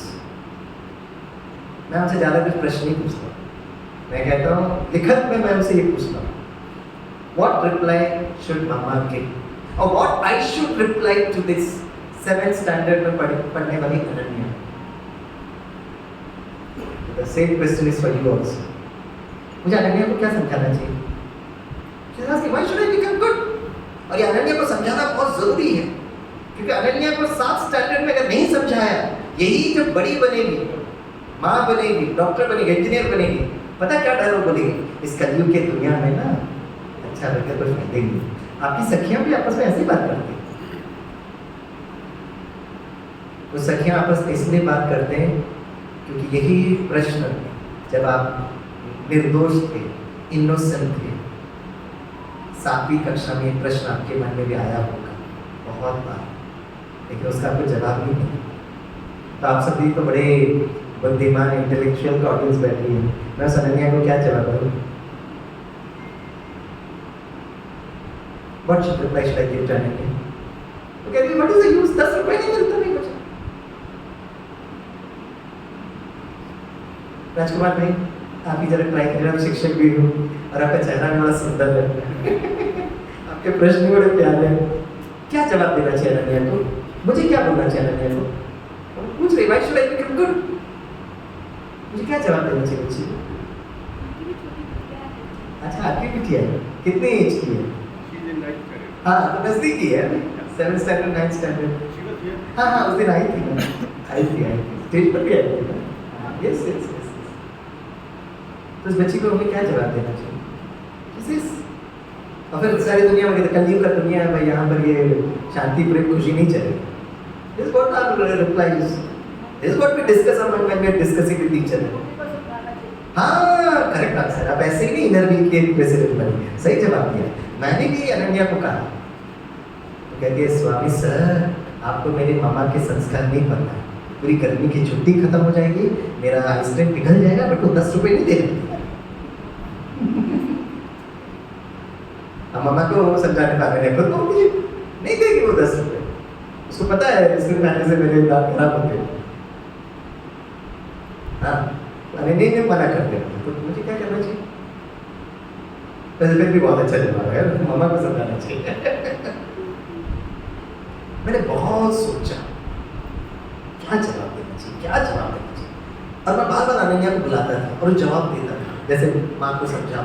She was not at all convinced, कोई बात नहीं थोड़ा धीरज रखो, नॉट कन्विंस्ड। मैं बार बार सोचता था। I have a good friend, his name is Sridhar, he is from IIT and NIT के product. NIT is national institute of design. एक दिन ऐसे ही बैठे थे हम लोग डिस्कस कर रहे। He is also very spiritual person. उनकी जो मम्मा जो थी ना, she was the head of the department, Sanskrit department in the university of Berlin. हमारे भारतवासी लोग जो है ना, बर्लिन जाना चाहिए जर्मनी में, और वहां पर जाकर संस्कृत डिपार्टमेंट में जाएंगे। सारे शास्त्र, भारत के सभी शास्त्र यूनिवर्सिटी ऑफ बर्लिन में। और हम भारतवासी हमारे शास्त्रों को कितना प्यार करते हैं, कितना पढ़ते हैं, कितना उसको समझने की कोशिश करते हैं। तो श्रीधर भाई की mamma was head of the department, Sanskrit department the university of Berlin. खुद ही बंदा इतना पढ़ा लिखा था। तो एक दिन हम लोग मिले तो ऐसे डिस्कस कर, मैंने कहा श्रीधर भैया ऐसा एक प्रश्न आया तो क्या जवाब देना चाहिए? उसने इतना प्यार से जवाब दिया, बोले स्वामी भाई I just speak about karmic account. She's asking for 10 rupees ना? Speak about karmic account, debit and credit. मैंने कहा कैसे बोलूँ? मैंने कहा आपको हिंट दे दिया, आप शिक्षक हो, उसकी भाषा जैसे समझ में आती है उसके हिसाब से स्वरूप में रखो। मैं कहा ठीक है। जब अनन्या आया मैंने कहा देखो Ananya, the whole issue was you want to eat ice cream, correct? Yes. What was the total investment you required? 10 rupees. मामा से 10 रुपए मांग रही थी। इतनी सिंपल सी बात थी ना? बोला हाँ जी। मैंने कहा अच्छा अनन्या मैं आपसे पूछना चाहता हूँ, जब आप रास्ते से जाते हो ना तो कुछ चौराहे पर आपको बच्चे दिखाई देते हैं, कुछ सामान बेच रहे होते हैं, कुछ सामान वो राइट सबसे मांग रहे होते हैं। तो मैंने कहा अनन्या आप में और उन बच्चों में क्या अंतर है? उसने सडनली जवाब दिया, स्वामी सर कितना सिंपल है, वो गरीब है मैं अमीर हूँ। मैं कहा नहीं, इसका मतलब वो गरीब क्यों है आप अमीर क्यों है? आप तो कमाते, you are a 7th standard student, how can you say you are अमीर? नहीं मेरे पापा के पास बहुत पैसा है। ठीक है। मैं कहा फिर कभी अनन्या सोचा कि वो बच्चे एक गरीब माता पिता के घर में क्यों जन्म लिए और आप इतने समृद्ध माता पिता के घर पे क्यों जन्म लिए? कभी सोचा? और मैं उसके आईज को और उसके चेहरे को रीड कर रहा था। शी वाज थिंकिंग सर क्यों? मैं कहा अनन्या 2 प्रकार का धन होता है। Please financial literacy is very very important. Financial literacy. Bharat एक ऐसा देश है जहाँ पे धन की देवी श्री लक्ष्मी की हम पूजा करते हैं। कभी धन को माया मत करिएगा। धन is a very beautiful resource. और सही धन के बारे में अगर हमें फाइनेंशियल लिटरेसी नहीं होगा, आपको आश्चर्य होगा सुनकर कि जब हम डिफेंस फोर्सेस में जाते हैं, लाइक मैं नाम नहीं लेना चाहता हूँ डिफेंस फोर्सेस का, दिल्ली से वो आता है कि स्वामी भाई आपका टॉपिक होना चाहिए सुसाइड प्रिवेंशन। मैं कहा सर स्ट्रेस मैनेजमेंट लिखते हो सर, फर्स्ट लाइक में सुसाइड प्रिवेंशन कैसा लगता है सर? नहीं बोला फिर आपको भी नहीं होगा। दिल्ली से मैसेज है कि अगर उस सुसाइड प्रिवेंशन पर डॉक्टर स्वामीनाथन बात करें तो can be approved because as a protocol. जैसे प्लीज सर मैं अदर सुसाइड के बारे में बता दूंगा, लेकिन फर्स्ट लाइन में सुसाइड अच्छा नहीं। तो यू हैव टू डू, कितने जगह मैंने ऐसे किया। तो मैं वहां पे जब मैं गया तो मैंने कहा सुसाइड बच्चे करते हैं कोटा में, आप लोग क्यों करते? Many reasons. मिलिट्री फोर्सेस में सुसाइड के बहुत सारे कारण, बट वन कारण, मैं सारे कारण तो अभी नहीं बताऊंगा क्योंकि that may not be very much relevant to us, but एक कारण है और वो है फाइनेंस। ये जो डिफेंस फोर्सेस है ना, धन को बढ़ाना सिर्फ बच्चों की बात नहीं है। और आजकल कितने बच्चे ऑनलाइन में जाकर बेटिंग कर रहे हैं, हमको पता ही नहीं होगा। आप लोग कितने पेरेंट्स इसके बारे में जानते हैं मुझे नहीं मालूम, बट आई एम अवेयर। हमको लग रहा है बच्चा लैपटॉप में कंप्यूटर में पढ़ाई कर रहा है, he is into online. Shares में शेयर तो फिर भी ठीक है, इट्स लीगल। ऑनलाइन बेटिंग कितना एडवर्टाइजमेंट आपको आता है और नीचे लिखते हैं ये खतरा, risk something, risk is involve. कितने बच्चे इस पर के बच्चे तो बच्चे बड़े भी सुधार आते हैं। I am speaking about defence forces. बस थोड़ा सा एक बार देखिए क्या है, आप एक टीम बनाइए, दूसरी टीम बनाइए, T20 में कौन जीतेगा ये करिए, चालू करते वहां से। और वो सॉफ्टवेयर ऐसा बना है कि आप 10 रुपए लगाओगे 50 रुपए मिलेंगे, 50 रुपए लगाओ, because the software is designed that. धीरे धीरे धीरे धीरे आप 1 लाख लगाए 2 लाख मिले, 5 लाख लगाए 10 लाख, फिर एक साथ तो 10 लाख लगाकर थक गए। तब तक ये करीब 4-5 महीना चलता है। ये 4-5 महीने में आप उसी तरह एडिक्ट हो जाते हो जैसे आप कोकेन में एडिक्टेड हो, आप छोड़ नहीं सकते उसको। मैं जितने भी डिफेंस फोर्सेस में गया वहां पे कारण क्या बताया गया था, वो बंदा 10 लाख गया, फिर वो अकाउंट में से और पैसा लगा क्योंकि उसको वापस खींचना है वो 10 लाख। और सुसाइड कैसे हुआ, उस बंदे ने लोन अप्लाई किया क्योंकि बैंक खाली हो गया, लोन अप्लाई किया। Now he is a person drawing very good salary, loan मिल जाता है, लोन लिया, लोन लेकर उसने उस बेटिंग किया। करीब 50-60 लाख तक वो जब कर्जे में गया, अब उसको लगा कि मैं फंस गया। He committed suicide. Financial literacy is very important. Please, क्योंकि जब फास्ट फूड खाते खाते खाते fast money, who will study, who will do नौकरी, who will do business, बहुत मेहनत है भाई, फटाफट काम करो। फाइनेंशियल लिटरेसी, तो मैंने अनन्या को समझा, कैसे समझाना फाइनेंशियल लिटरेसी, जो मैंने अनन्या को समझाया। There will be a better version of it. आप प्लीज गाइड करिए, आप लोग सब लोग बिजनेस और इसमें हैं। मैंने कहा देखो अनन्या, 2 प्रकार का धन होता है, एक है स्थूल धन, और दूसरा है दिव्य धन। Now what is the difference between स्थूल धन और दिव्य धन? मैंने कहा एक हफ्ता आपने मम्मा ने आपको 10 रुपए नहीं दिए, लेकिन एक हफ्ता आपने मम्मा से इतना स्नेह, प्रेम, खुशी से बात किया कि एक हफ्ते के बाद मम्मा ने आपको इतनी दुआएं दी, that दुआएं जो मिला है, that is your दिव्य धन। जो दिखता है वो नहीं होता, जो नहीं दिखता वो होता है। आप अगर चाइना में जा रहे हैं, रशिया में जा रहे हैं, अमेरिका में जा रहे हैं ना, तो आप एयरपोर्ट में you have to exchange your currency. Bharat का करेंसी रशिया में नहीं चलेगा, भारत का currency China, you have to exchange your currency. उसी तरह जब आत्मा शरीर छोड़ती है, हम लोग जो डायलॉग कहते हैं ना, खाली आता है खाली जा रहे हैं, इट इज फॉर स्थूल धन। आत्मा जब शरीर छोड़ेगी, दिव्य धन लेकर जाए। आप लोग जो समाज सेवा करते हो ना, कितना वंडरफुल सेवा आप लोग करते हो। आज मैं वो हेल्पर्स के लोगों को सुन रहा था, हर दिन भोजन खिलाते हैं, जो अनाथ लोग हैं, जो लावारिश है, उनको वो आप हरिद्वार लेकर जाते, सो ब्यूटीफुल। तो मैंने अनन्या को समझाया, अनन्या पता है आप एक समृद्ध परिवार में क्यों जन्म लिए, ऐसे जन्म लिए क्या, क्योंकि आपके अंदर वो दिव्य धन का बहुत अच्छा अकाउंट था। और जिस आत्मा के पास दिव्य धन का अकाउंट होगा, ये कॉस्मिक लॉ है कि उसके पास स्थूल धन जरूर आएगा। It's a philosophy. और फिर मैंने उनको डॉक्टर कलाम सर के एग्जाम्पल बताया। मैंने कहा डॉक्टर कलाम सर बचपन में बहुत गरीब थे, न्यूज़पेपर बेचते थे, लेकिन जब 5 साल राष्ट्रपति भवन से जब वो निकले, तो वाइली रिपोर्टेड है मीडिया के पास 2 सूटकेस थे। एक सूटकेस में उनकी किताबें थी और दूसरे सूटकेस में उनके कुछ कपड़े थे। लेकिन डॉक्टर कलाम सर जब इस धरती से आगे बढ़े तो दोनों सूटकेस भी नहीं लेकर गए, but carried with him lots of Divya धन। जैसे ही बोला तो मैं बस उसका चेहरा देख रहा था, इतनी उसको खुशी हुई। 7th standard girl, she was able to understand what's financial literacy. जब मैंने देखा समझ में आया, हाँ जी क्या समझा सर, बहुत अच्छा सर, दिव्य धन। अब मैं उसी दिन मेरा MBA फाइनेंस के साथ क्लास था, तो मैंने कहा let me share this example with my post graduate MBA students finance. तो जब मैंने दिव्य धन के बारे में बताया, एक स्टूडेंट खड़े होकर कहा सर अभी तक balance sheet debit credit is स्थूल धन, पहली बार अपने दिव्य धन के बारे में। Sir thank you very much. मैंने इस पर एक्सपेरिमेंट करना और अपना एक्सपीरियंस सुनाना। 3-4 दिन बाद मैं फिर से उस क्लास में गया। जैसे मैं क्लास में गया, sir I want to share experience of Divya Dhan sir. मैंने कहा बोलिए। तो सर उस दिन आपकी क्लास से मैं इतना इंस्पायर हुआ था कि I want to work on Divya Dhan now. और जैसे ही मैं ट्रेन में चढ़ा, इतनी भीड़, अचानक मुझे सीट मिल गई। बैठ गया, फिर मुझे याद आया मुझे सीट क्यों मिली, बिकॉज ऑफ माय दिव्य धन। फिर मुझे लगा मैं सीट में बैठूंगा तो कैसे चलेगा, मुझे दिव्य धन बढ़ाना चाहिए। तो उस ट्रेन में मैंने देखा वृद्ध नागरिक पिस रहे थे। मैंने बोला आइए सर, आइए आइए।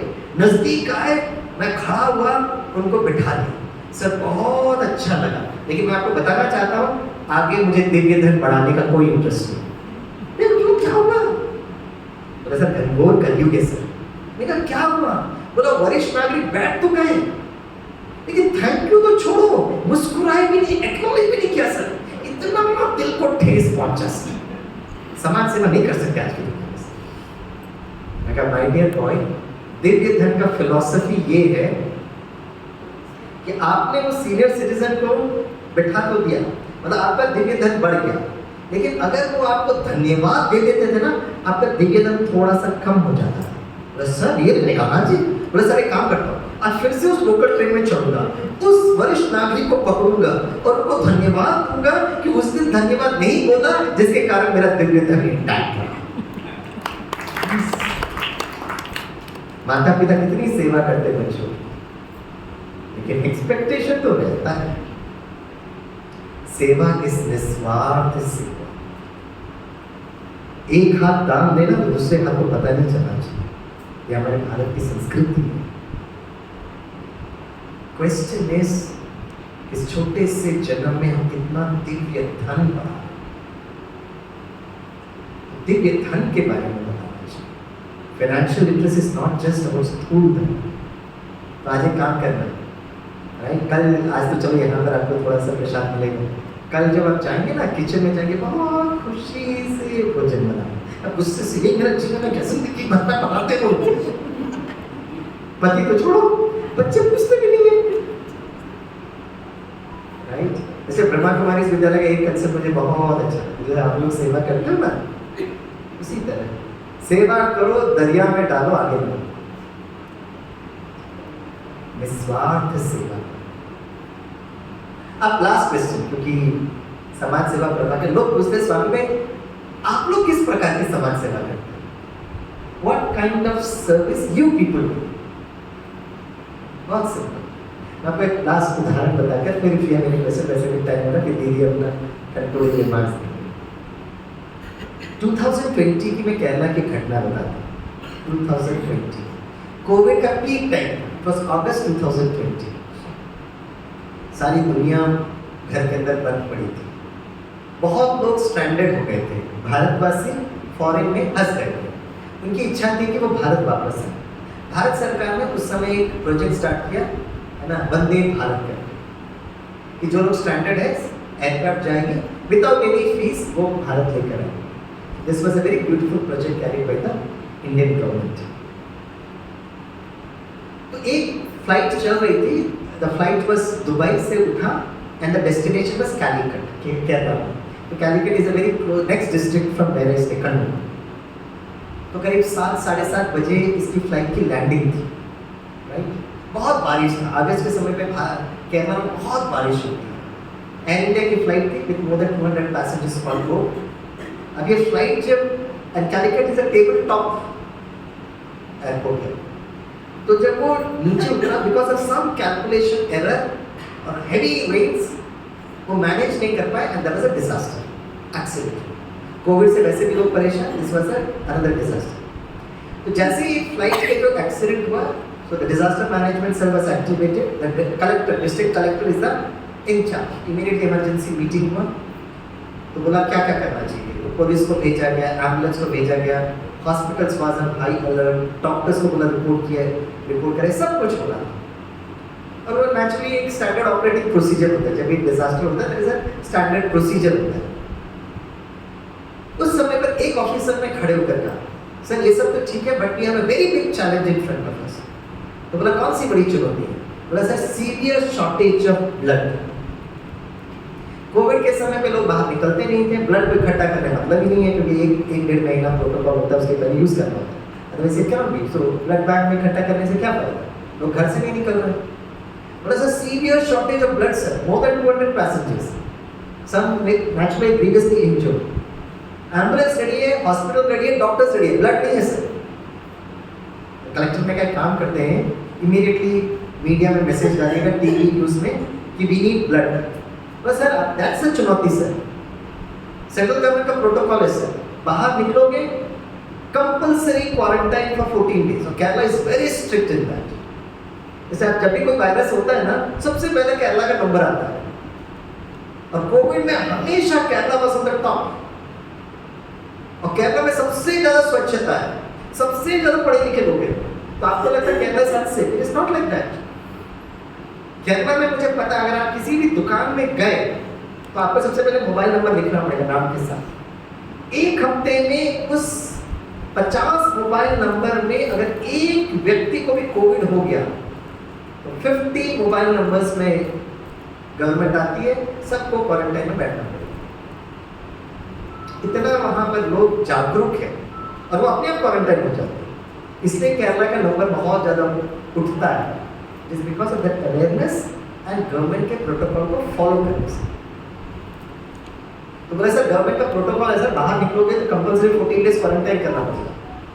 तो कलेक्टर ने क्या काम करो, आप सबको फ्लैश करो कि ब्लड की जरूरत है, और जो भी 300 ml का ब्लड देगा इमीडिएटली आपको गवर्नमेंट क्वारंटाइन में जाना पड़ेगा, राइट। तो सर ऐसे होगा तो कोई लोग बाहर ही नहीं निकलेंगे सर। बोला आप ये फ्लैश करिएगा, तब तक मैं दिल्ली में बात करके थोड़ा सा स्पेशल केस में थोड़ा सा रिलैक्सेशन मांगता हूँ, but till I get okay मैं ये नहीं कर सकता, अभी आप फ्लैश करो। तो 7:20 के आसपास ये एक्सीडेंट हुआ। 8 बजे हर टीवी न्यूज़ में फ्लैश होने लगा कि एक्सीडेंट हो गया है, हमें ब्लड की जरूरत है। और गवर्नमेंट को, मीडिया वालों को बड़ी उत्सुकता थी कि अब लोग नहीं निकलेंगे तो दे वेटिंग फॉर द नेक्स्ट। आप विश्वास नहीं करोगे, 8 बजे फ्लैश हुआ, 8:20 में सारे हॉस्पिटल्स और ब्लड बैंक के सामने इतनी लंबी चौड़ी क्यू, इतनी बारिश, लोग छाता रेनकोट पे खड़े हैं। तो मीडिया रिपोर्टर्स आकर उनसे पूछते हैं, आपको पता है आप बाहर निकले तो आपको क्वारंटाइन होना पड़ेगा। बोले ये समय क्वारंटाइन मंजूर है।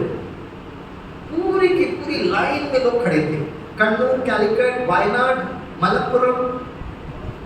और दूसरे दिन इंडियन एक्सप्रेस का मैंने एक रिपोर्ट पढ़ा, एक तरफ वो प्लेन का एक्सीडेंट का साइट और दूसरी तरफ बारिश में लोग खड़े हैं। और इंडियन एक्सप्रेस पता है क्या लिखता है, बहुत सुंदर एक बात लिखता है। वो कहता है this incident revealed that divinity and humanity is still existing in an individual। Hindi अनुवाद ये है कि घटना ने दिखाया कि मनुष्य के अंदर दिव्यता और मानवता आज भी है। लेकिन नेक्स्ट स्टेटमेंट बहुत अच्छा था, should we wait for another disaster to activate the divinity within us? क्या हम दूसरे दुर्घटना का इंतजार करें अपने अंदर की मानवता को बाहर निकालने के? आज भारत पाकिस्तान युद्ध हो रहा है, कुछ लोग मारे गए तो हमारे अंदर की देशभक्ति बाहर जागृत हो जाती है। हम भी इनकलाब जिंदाबाद, हमको भी लगता है मैं भी पहुंच जाऊं इंडिया पाकिस्तान बॉर्डर पर। The event has created that emotions, लेकिन क्या वो without event can we ignite the humanity? Brahma Kumari की सेवा यही है, हमारे अंदर की जो मानवता, दिव्यता, उसको हर पल हर क्षण बाहर इमर्ज कर। Can we activate the divinity within us? और हम बहुत क्लियर कट जानते हैं कि आज अगर कोई भी व्यक्ति को बीमारी हो रही है, गरीबी है, जिसका कार्मिक अकाउंट था, इसका कार्मिक अकाउंट। आप में से कितने लोग पास्ट लाइफ रिग्रेशन किए मुझे नहीं पता, PLR कहते हैं, पिछले जन्मों को आप देख सकते हो। मैं जब MSc साइकोलॉजी पढ़ रहा था तो वी हैड सिलेबस और PLR, पास्ट लाइफ रिग्रेशन। आप एक किताब पढ़ना, many lives many masters, written by doctor Brian Boyce. Karmic account है। अगर व्यक्ति बहुत बीमार हो रहा है, ये हो रहा है, कोई घटना, कार्मिक अकाउंट। अगर हम चाहते हैं कि दुनिया में, समाज में, परिवार में सुख शांति हो, तो कार्मिक अकाउंट को ठीक करना है। अगर कभी गरीब व्यक्ति को आप भोजन देते हो, जरूर दीजिए, बहुत अच्छा कार्य करें, इसलिए तो हम आपका सम्मान करते हैं। लेकिन क्या वो भोजन देने से उस व्यक्ति की गरीबी खत्म होती है? जैसे इंग्लिश में कहावत है, don't always carry the child in your arms, teach the child how to walk. हमेशा एक व्यक्ति बच्चे को गोदी में उठाकर मत चलिएगा, उस बच्चे को चलने की शिक्षा दीजिए। अगली बार आप किसी को भोजन देते हो, जरूर दीजिएगा, उसमें आपका दिव्य धन बढ़ रहा है, जरूर करिएगा। लेकिन आपकी एक और जिम्मेदारी बनती है उस व्यक्ति को उस गरीबी से उठाने की। जितने लोगों का भोजन देते, एक बार आप थोड़ा स्टडी करना दोस्तों, उसमें कितने लोग स्मोकिंग करते, ड्रिंकिंग करते, नशा करते। केरला में आइएगा, Kerala is the highest literate state. आपको गांव गांव में शराब की दुकान है। भारत सरकार, केंद्र सरकार आजकल फ्री चावल देती है, 2 रुपए में 1 किलो चावल, 4 रुपए में 2 किलो चावल मिल जाता है, free ration, below poverty line free ration. ये बंदा पता क्या करता है? ये बंदा वो चावल देता है, राइट? वो सबसे पहले तो वो, उसके पास अगर 4 रुपए हैं तो वो शराब की दुकान में जाता है, 2 बॉटल लेता है, 2 बॉटल जब होता है, उसको मिल जाता है, जब पी लेता है तो 2 बॉटल का वो कहीं बेच सकता है। उसका एक होता है ना जो बॉटल बेच सकता है, उसका एक बॉटल का 2 रुपए मिलता है, 4 रुपए मिलता है। वो 4 रुपए लेकर राशन कार्ड में लेकर, राशन कार्ड लेकर 2 किलो 4 किलो चावल लेकर घर पर जाता है। केरला का सिचुएशन है। आप देखिए ना, where is the economy going? क्या हमने उस व्यक्ति को शराब के नशे से बाहर निकालने के लिए क्या किया? What did we do? जितनों को भी आप हेल्प करते हो, जरूर करिए भाई। आप दिव्य धन बढ़ा रहे हैं, मैं भी करने का मुझे भी बहुत अच्छा लगा। लेकिन उस व्यक्ति का जीवन को सुधारने के लिए हम क्या कर रहे हैं? क्योंकि इस जन्म में वो गरीब रहेगा, अगला जन्म में वो गरीबी चलेगा, जब तक हम उसको सशक्त नहीं करेंगे। हमारे विद्यालय में इतने गरीब लोग आते, मैंने देखा इतने लोग, दीदी को अनुभव सुनिएगा, कितने लोग स्मोकिंग, ड्रिंकिंग, गुटखा, ड्रग्स वाले आते हैं, छूट जाता है। हम लोग WHO के साथ नशा मुक्ति का एक सेशन ले रहे थे। It was a 3 days restriction programme, husband wife दोनों को आना, माउंट आबू में प्रोग्राम था, WHO का प्रोग्राम था। 3 दिन हमको ट्रेनिंग दी गई। एक बार भी आप स्मोकिंग, ड्रिंकिंग, ड्रग्स, अल्कोहल का नाम नहीं लोगे, बिल्कुल नाम नहीं ले सकते। बस आप उनके स्वभाव को जागृत करिए, उनको रिस्पेक्ट करिएगा, आदर और सम्मान के साथ बात करिए। 3 दिन हम लोगों ने किया ये काम। 3 दिन के बाद उनको स्टेज पर बुलाकर अनुभव सुनाने के लिए कहा। तो स्टेज पर आकर उन्होंने कहा 3 दिन तो हमने बिल्कुल यूज नहीं किया, आगे का कोई गारंटी नहीं करते। It was a WHO project और इसका रिसर्च पेपर भी पब्लिश हुआ। We were supposed to track them for 1 year। जाने के पहले हमने उनको कहा, राइट? आपको 3 दिन आप कंट्रोल कर पाए? हाँ, कंट्रोल कर पाए।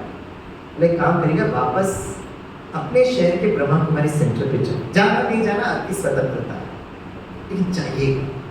फिर हम लोगों ने 1 साल तक इनको ट्रैक किया। 1 साल के बाद मोर देन 70% लोगों ने पूरी तरह छोड़ दिया, because they connected to the Brahma Kumari centre.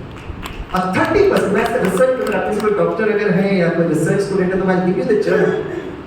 30% को हम लोगों ने एनालाइज किया, और 30% के लोग कहाँ फंस गए? दोस्तों।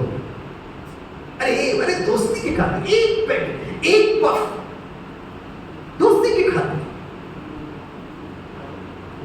तो अगर हम चाहते हैं हमारे युवा बच्चे सशक्त रहें, तो the mother and the father, घर में तो बिल्कुल ये यूज नहीं करना चाहिए।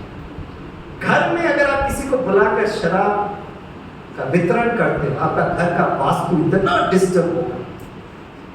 I am speaking about quantum mechanics. और अगर अपने दोस्तों के साथ, बच्चा तो घर में है ना, पत्नी तो घर में है, दोस्ती के खातिर, इट्स क्वांटम मैकेनिक्स। जो पिता कर रहा है अकेले में अपने दोस्तों के साथ, मैं लिख कर देता हूँ, आपका बेटा कॉलेज में भी वही करेगा। It's emotional connectivity. आध्यात्मिकता हमें शक्ति देता है। Don't say yes when you want to say no. हम लोग ने आज से 10 साल पहले भारत सरकार को ब्रह्मा कुमारी का यूथ विंग का 1 लाख मेंबर्स, अभी तो दीदी कह रहे 2 लाख हो गए, 1 लाख युवाओं का लिस्ट दिया। स्वामी भाई का भी नाम इंक्लूड था, जो घर गृहस्थ में रहते हैं, अपना प्रोफेशन करते हैं, माता पिता को संभालते हैं, पूरी तरह निर्व्यसन, किसी भी प्रकार का, no smoking, no drinking, no alcohol, no drugs, nothing. हर दिन सुबह योगासन करते, व्यायाम करते, और 1 लाख उन बाल ब्रह्मचारियों का नाम लिखा गया जो सुबह 4 बजे अमृत वेला उठते हैं। We get up at morning 4 AM। यहाँ तो दीदी 2:30 बजे उठ जाती है। मैंने कहा आपसे मैं कुछ सीखूं। यहाँ पे मैंने 3:15 बजे उठती हूँ, क्योंकि मेरा 5:30 बजे क्लास भी होता है, 6 बजे यहाँ पे भी क्लास होता है। सुबह जल्दी उठती, रात को जल्दी सी। जैसे जापानीज मॉडल ऑफ मैनेजमेंट में there is something which is called as kaizen, quality circle. Japanese कहते हैं क्वालिटी सर्कल, भारत की भाषा में वो सत्संग होता है। जैसे एक बार मैं लास्ट में आपको यही बताना चाहता हूँ, एक बार इस मॉडल को देखिएगा, और वो मॉडल है माउंट अबुआ करने की। 2:30 बजे लोग उठ जाते हैं, जब घर में आते हैं तो वही संस्कार अपने आप ये सब छूटेगा। अरे आप लोग तो सिविल में रहते हैं, मैंने ऐसे ब्रह्मा कुमारी इसमें देखा है जो लोग कर्नल थे, मेजर है, कैप्टन है, आज तक हमने शराब को टच किया। जब it's free flow of liquor, उनको फ्री कैंटीन में मिलता है, लेकिन नहीं करते। ऐसे कितने मैं आपको लिस्ट गिना दूंगा, और उसमें सबसे बड़े तो vice chief of the Indian Navy, vice admiral Gaurmani ji, मैं उन्हीं के साथ उस दिन बैठा था। तो लास्ट में एक वीडियो बताकर अंत करूंगा, ठीक है?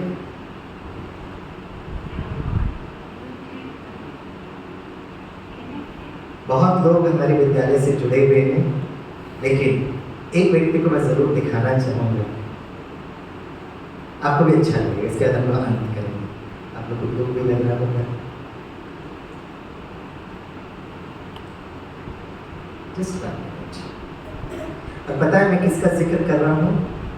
The honourable president of Bharat, Shrimati Droupadi Murmu ji. एक बार जोर से तालियां बजा सकते हो उनके लिए? And I'm so happy to tell you, Draupadi Benji is associated with the Brahma Kumaris विद्यालय। और मैं द्रौपदी बहन को बहुत पहले से जानता हूँ। When she was the governor of Jharkhand, उस समय हमारा एक मेडिकल कॉन्फ्रेंस है, she was a chief guest। जब गवर्नर एड्रेस के लिए वो स्टेज पर खड़े करके दिए, मैं सारे डॉक्टर्स को कहना चाहती हूँ, मैं हर दिन सुबह 4 बजे उठकर राज्यों का अभ्यास करती हूँ। तब मुझे पता चला कि प्रेसिडेंट ऑल्सो प्रैक्टिसेस राज्यों का।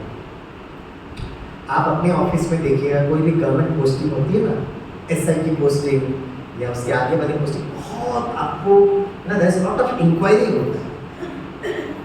जब इंक्वायरी ओके होता है देन योर पोस्टर, आपका पूरा क्रेडेंशियल्स देखते हो। जस्ट इमेजिन करिए, भारत का highest constitutional post, the honourable president of India, ऐसे किसी को बिठा देंगे क्या?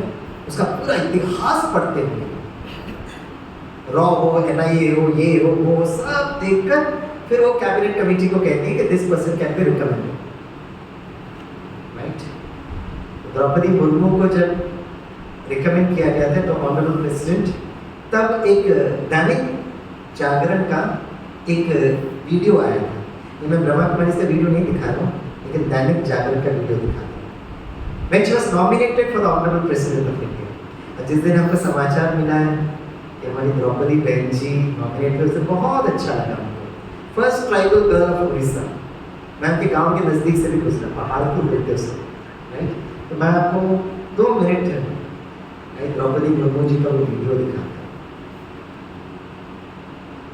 राष्ट्रपति पद की प्रबल दावेदार द्रौपदी मुर्मू का उड़ीसा स्थित पहाड़पुर गाँव और गांव की सीमा से करीब 2.5 किलोमीटर अंदर ये श्याम दधिमन शिपुर उच्च प्राथमिक आवासीय विद्यालय, ये विद्यालय कभी द्रौपदी मुर्मू का घर हुआ करता था। लेकिन ऐसा क्या हुआ कि द्रौपदी मुर्मू ने अपने घर को स्कूल बना दिया साल के अंदर इस घर में 3 शोक झेले। 2010 से 2014 के बीच उनके 2 बेटों और पति की मौत। देखिए द्रौपदी मुर्मू की लाइफ में ट्रेजेडी और उससे उभरने की पूरी कहानी। उनकी लाइफ में पहली ट्रेजेडी हुई 1984 में, जब उनकी 3 साल की बच्ची की अचानक मौत हो गई। गाँव में कोई भी इस बात का जिक्र तक नहीं करता। इसके बाद उन्हें दूसरा बड़ा सदमा लगा 25 अक्टूबर 2010 को, जब उनके बड़े बेटे लक्ष्मण मुर्मू की मौत हुई। द्रौपदी की भाभी बताती हैं, जब बड़े बेटे की मौत हुई थी तब द्रौपदी 6 महीने तक डिप्रेशन से उभर नहीं पाई थी। इससे उभरने के लिए उन्होंने अध्यात्म का सहारा लिया। फिर 2 जनवरी 2013 को उनके छोटे बेटे बिरंजी मुर्मू की मौत हुई, लेकिन वो द्रौपदी जो बड़े बेटे की मौत से टूट गई थी, उसी द्रौपदी ने छोटे बेटे की मौत पर रिश्तेदारों को फोन पर खबर देते हुए कहा, रोकर घर मत आना, जैसे सामान्य समय में घर में मेहमान आते हैं वैसे ही आना। इसके बाद 1 अक्टूबर 2014 को उनके पति श्याम चरण मुर्मू की भी मौत हो गई। विद्यालय के आंगन में लगी ये मूर्तियां दोनों बेटों और पति की है। जब बड़ी बेटी की मौत हुई तो द्रौपदी बिल्कुल टूट गई थी, लेकिन छोटे बेटे की मौत के वक्त उन्होंने दृढ़ता से हालातों का सामना किया। मदद मिली मेडिटेशन से। इस बारे में रायरंगपुर में ब्रह्मकुमारी संस्थान की मुखिया ने दैनिक भास्कर को बताया, जब बड़े बेटे की मौत हुई थी तो द्रौपदी अंदर से हिल गई थी। हमने उन्हें मेडिटेशन के लिए सेंटर बुलाया। समय के पाबंद द्रौपदी 2014 तक सेंटर आती थी। गवर्नर बनने के बाद भी वो 1-2 बार आई। द्रौपदी अपने साथ हमेशा एक ट्रांसलाइट और शिव बाबा की छोटी पुस्तिका रखती हैं, ताकि कहीं दूसरी जगह जाने पर भी उनका ध्यान क्रम न टूटे। रायरंगपुर के उनके घर में यज्ञ पूजा का कमरा है, ठीक बिल्कुल वैसा ही जैसा ब्रह्मकुमारी सेंटर का। गुरु की तस्वीर, उसके ऊपर लाल रंग की ट्रांसलाइट। इसी ट्रांसलाइट से निकलने वाली रोशनी का वो ध्यान करती हैं। इसे शिव बाबा का निरंकार रूप माना जाता है। द्रौपदी की फिलॉसफी अब पति की मूर्ति पर उगे चंद पंक्तियां भी हैं। जाते जाते उड़िया में लिखी उन पंक्तियों का हिंदी तर्जुमा सुनिए। दुनिया में कोई स्थायी नहीं रहता, सब यहाँ आते हैं और अपना अभिनय करके चले जाते हैं। कुछ समय पहले आदरणीय राष्ट्रपति जी हमारे माउंट आबू में आए थे, तो 2 मिनट आप वो भी जरूर देख सकते हैं। बहुत बार आए हैं द्रौपदी जी।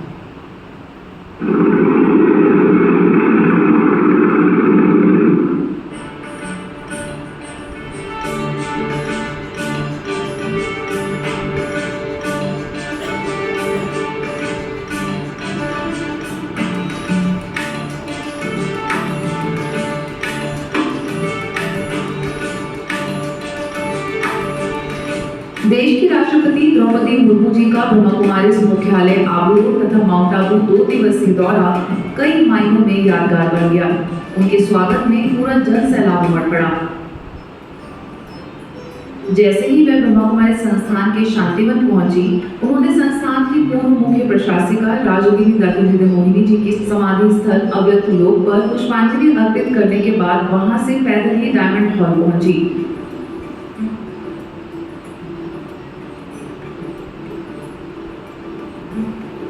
और उनके मंच पर पहुंचते ही सभा उन्हें देख गदगद हो गई। राष्ट्रपति ने अपने संबोधन में कई मार्मिक बातें कही। उन्होंने अपने संबोधन में कहा कि बहुत समय बाद बाबा ने मुझे बुलाया और मैं इस इंद्र सभा में पहुंची हूँ। राजयोग ध्यान की वजह से ही मैं अंधकार में जीवन से बाहर निकल पाई। आज आप सबके बीच आकर मुझे अत्यंत प्रसन्नता हो रही है। फलता ने सिद्ध कर दिखाई। संस्थान मैं पिछले साल चाइना में था, तो मैंने हमारे ऑनरेबल प्रेसिडेंट का जिक्र वहाँ पर पब्लिक प्रोग्राम में भी किया था। मैंने कहा हमारा देश इतना ब्यूटीफुल देश है कि हमारे देश के जो राष्ट्रपति जी हैं वो हर दिन सुबह 4 बजे उठकर ध्यान में बैठते। तो जब माउंट आबू में आए थे तब सुबह द्रौपदी बहन भी 4 बजे उठे। मैं उठकर अमृत वेला किया जो उनके जीवन का अगले दिन प्रातः 3:30 बजे ब्रह्म मुहूर्त में उठकर अमृत वेला किया जो उनके जीवन का खास हिस्सा है।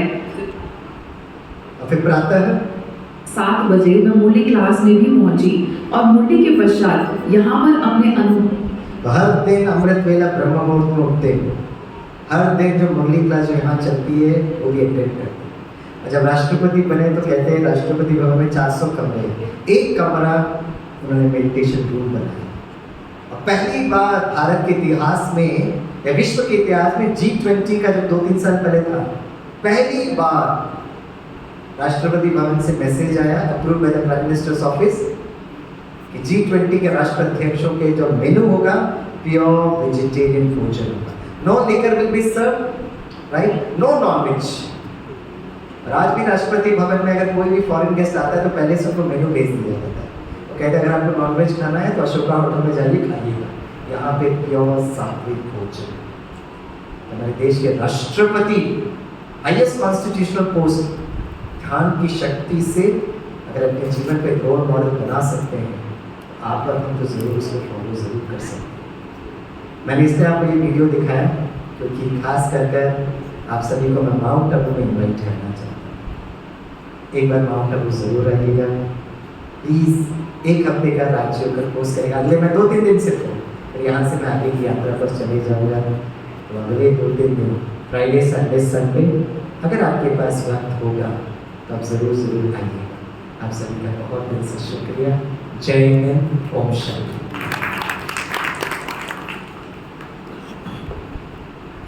ओम शांति। वैसे तो सबको सुनने में आनंद आ रहा है, लेकिन समय के साथ घर की कई जिम्मेवारियां हैं तो वो भी अपनी तरफ खींचने लग जाती है। तो मैं तो भाई साहब के इन वक्तव्य को सुनकर इतना ही कहना चाहूँगी कि हमारी शाहबाद जो ऋषि मुनियों की धरती है, भक्ति का जहाँ चारों तरफ प्रभाव है, भक्ति के आध्यात्मिक अर्थ को जानकर अगर हम भक्ति करें तो भावना का भाड़ा भगवान जरूर देता है।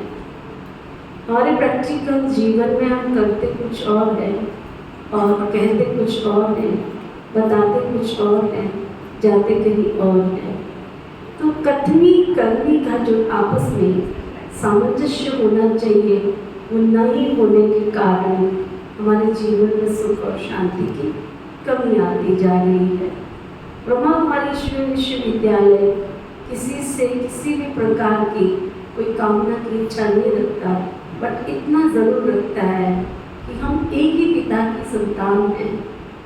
और जैसा भाई जी ने कहा कि सुबह मैं 2:30 बजे उठ जाती हूँ, मेरे लौकिक घर से, मेरे परिवार से, मेरी लौकिक माता जी भी सुबह जल्दी उठ जाती थी और उस समय तो मेरी मम्मा मेरे को बहुत ख़राब लगती थी जब वो उठाते थे तो हमारे घर में मेडिटेशन रूम बना हुआ था, तो जब वो मुझे उठाते थे तो मतलब ऐसी माँ किसी की भी नहीं होनी चाहिए।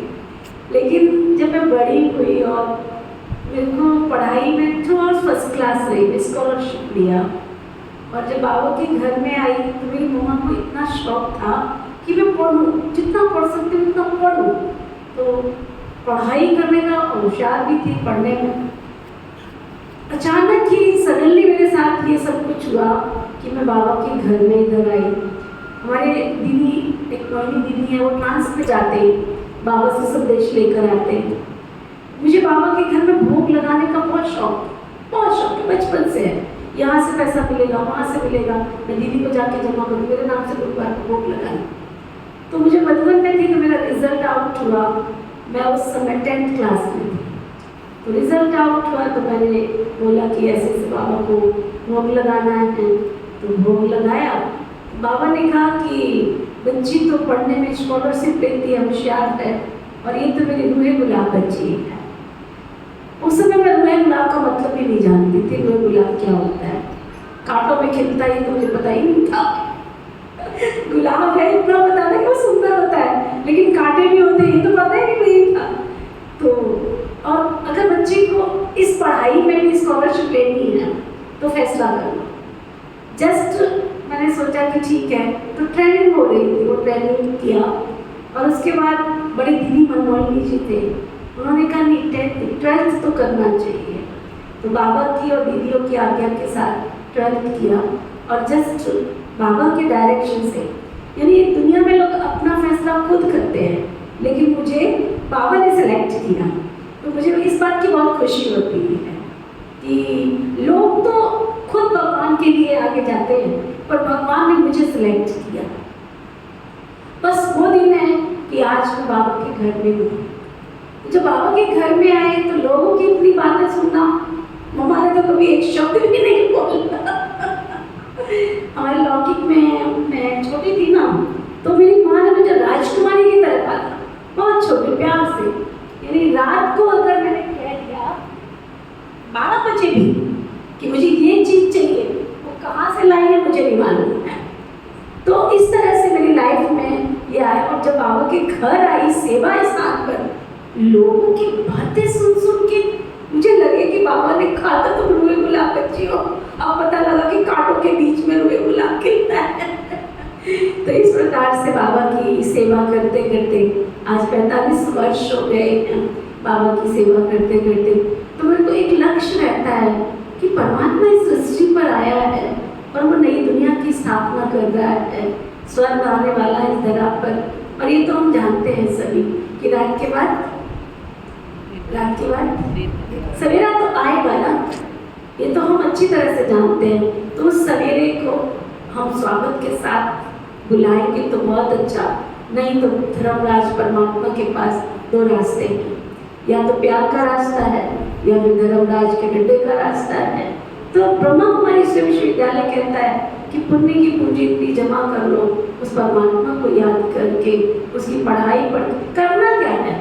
ब्रह्मा कुमारी विश्वविद्यालय में वो क्या रहा, एजुकेशन है हर चीज़ की, उठना कैसे, बैठना कैसे, खाना कैसे, पीना कैसे, हर चीज़ की सॉल्यूशन है। तो मैंने जो भाई जी ने कहा 2:30 बजे, तो वहाँ से मेरा संस्कार घर से 2:30 बजे उठने का है। और तब से 2:30 बजे, मैं 1 बजे भी सोऊंगी तो भी 2:30 बजे तो मुझे उठना ही है, क्योंकि शिव बाबा सोने नहीं देता है, उठा देता है। और उसके बाद मेडिटेशन रूम में जाऊँ। आज आपको भाई जी को देखकर या मुझे देख के लग रहा है कि मैं दिन में कोई पलक भी झपका हूँ, बिल्कुल फ्रेश लग रहा है, पलक भी नहीं झपका है ना सोनू भाई जी। आपको प्रैक्टिकल है ना सामने, सुबह सेशन था, उसके बाद आप लोगों की तैयारी का सारा जिम्मा था, न्यूज का जिम्मा, इनको बना कर इनके पास भेजना और सारा क्या भेजना है, कैसे करना है, वो करते करते 2 कब बज गए पता ही नहीं चला। 2 बजे फिर वहाँ आदेश हॉस्पिटल गए, वहाँ से आई, उसके बाद यहाँ की तैयारी कि शाम को सबने हमारे पास पहुँचना है। तो पलक भी नहीं झपका, पलक भी नहीं। तो ये एनर्जी कहाँ से आती है? ये एनर्जी का स्रोत परमात्मा, जो भाई जी 5 दिन से हमें बता रहे हैं कि आप ये मत कहो।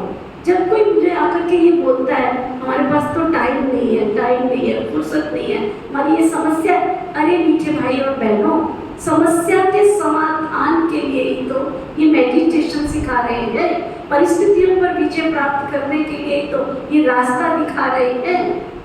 संसार में जीना कैसे है वही तो तुमको सिखा रहे हैं। स्वामी भाई जी, आज एक बात आपकी मुझे बहुत अच्छी लगी, दिव्य धर्म की, है ना। मैंने रमेश भाई जी की एक बुक पढ़ी थी, पवित्र धर्म, और मुझे इतना दिल को वो छुई थी, क्योंकि मुझे स्टडी का भी शौक है। और आज की दुनिया में मैं सबको कहती हूँ कि धन कहाँ से आ रहा, कैसे आ रहा है। तो ज़्यादा वक्त मैं आप सभी का नहीं लूँगी। आज हमारे बीच में रोटरी से भी काफ़ी लोग उठ गए हैं, तो रोटरी क्लब से भी आए, लाइन से भी आए, और साथ साथ विनर से भी आए, और कुछ विशेष हमारे पत्रकार राजन सप्रा जी भी पीछे बैठे हैं, है ना, बहुत अच्छा। और हमारे दुर्गा जी जसवीर दुर्गा, जगदीश भाई दुर्गा जी साल में 2 बार जाते हैं माउंट आबू। हमारे दुर्गा जी 2 बार साल में जाते हैं। आप इनको देखिए, कहीं से लगते हैं ये पत्रकार, है ना, बिल्कुल ऐसे लगता है जैसे देखता हो, बना बनाया बाबा ने उनको देवता दिया। और रियली मैं बहुत लक्की हूँ शाहबाद में, मुझे किसी के साथ कुछ मेहनत नहीं करनी पड़ती है, बाबा ऑटोमेटिक सब कुछ करा देता है। कैसे सबको कराता है, कैसे बिठाता है, कैसे सेवा कराता है। आज सुबह भी बात चल रही थी कि इतने पेपर की जो न्यूज़ की कवरेज हुई है, शायद पहले कभी भी नहीं हुई थी ब्रह्मा कुमारी विश्वविद्यालय की तरफ से। 25 पेपर्स की न्यूज कवरेज, और प्लस 3 हमारे विजय भाई और बट्टी भाई और धर्मवीर भाई, तीनों तो इस बार छक्का ही छोड़ दिया। इतना सारा फेसबुक ही कर दिया। तो ये सभी पत्रकारों ने मिलकर के शाहबाद के सभी हमारे महान भावों को जागरूक करने के लिए संदेश दिया। तो मैं फिर से पुनः आज सभी जो आप यहाँ आए हैं, जागो जागो समय पहचानो, इस ईश्वरी विश्वविद्यालय का एक नारा है, जागो जागो। आप बोलेंगे समय पहचानो, जागो जागो समय पहचानो, जागो जागो समय पहचानो। आप सोचोगे रात का समय, सोने का समय, बहन जी जगा रही नहीं, ये अंदर का जागना है, ये आंखों का जागना नहीं है। तो मैं ये चाहूंगी जो भी यहाँ बैठे हैं या जो उठ के गए हैं या जो मेरी आवाज को जहाँ तक सुन रहे हैं, स्वामी भाई जी को तो सुन के सचमुच मुझे ऐसे लगता है जैसे ज्ञान का सागर श्री बाबा इनके अंदर घुस गया है। यहाँ से शुरू करते, यहाँ से सुनते, यहाँ से शुरू करते, कहाँ कहाँ किस किस पॉइंट पर क्या क्या सुना देते हैं। सचमुच वंडरफुल एक्सपीरियंस है स्वामी भाई आपके साथ, वंडरफुल है ना। कहाँ से कहाँ कहाँ कितना क्या, और मुझे लगता है उसको भी बुलाना चाहिए था, वो भी सुन लेता तो अच्छा था, उसको भी बुलाना चाहिए था। तो मैं ये चाहती हूँ कि अभी हमारे पास 5 दिन तो चले गए, जिन सोया दिन खोया, जिन्होंने अटेंड नहीं किया उनके 5 दिन तो चले गए, लेकिन अभी 3 दिन हमारे पास। अवजा जी आपने कितने दिन अटेंड किया? दूसरा दिन। ठकुराल जी पहली बार, आपने दूसरा दिन है ना। ऐसे तो आप कल और परसों और उसके आगे 3 दिन, फ्राइडे सैटरडे एंड संडे, आप सभी जरूर फुल अटेंड करिए। आपके जीवन में बहुत सारी खुशियाँ आएंगी, क्योंकि हमारा टॉपिक ही है खुशियाँ आपका इंतजार कर रही हैं। सिर्फ हम और आप एक कदम की दूरी पर है। अगर इस ज्ञान को समझ लेंगे, अंदर चले जाएगा ज्ञान, तो स्वामी भाई जैसे मैं समझती शाहबाद में भी पैदा होना चाहिए ना, कि नहीं? धनपत राय जी क्या कहेंगे? होना चाहिए ना, कि मैं बुलाती हूँ बस माउंट आबू से, आओ शाहबाद में सुनाओ, आओ शाहबाद में सुनाओ, है ना। हमें उम्मीद है दीदी आप पैदा करोगे। करते आप सबके सहयोग से सब कुछ होगा। तो जरूर जरूर फिर से पुनः धन्यवाद। अभी आपके लिए बहुत अच्छी व्यवस्था की है, थोड़ा सा पेशेंस रखिए, थोड़ा सा 1 मिनट। गॉड को धन्यवाद दिए हुए कभी भी कोई कर्म नहीं करना है। 1 मिनट के लिए जो जहाँ है वहाँ बैठ जाएंगे 1 मिनट के लिए। Pin drop silence.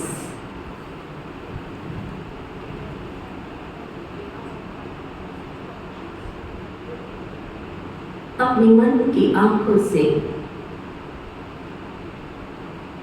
अपने चमकते हुए उस दिव्य सितारों को देखें। मैं एक चमकता हुआ दिव्य सितारा, मुझ दिव्य सितारे से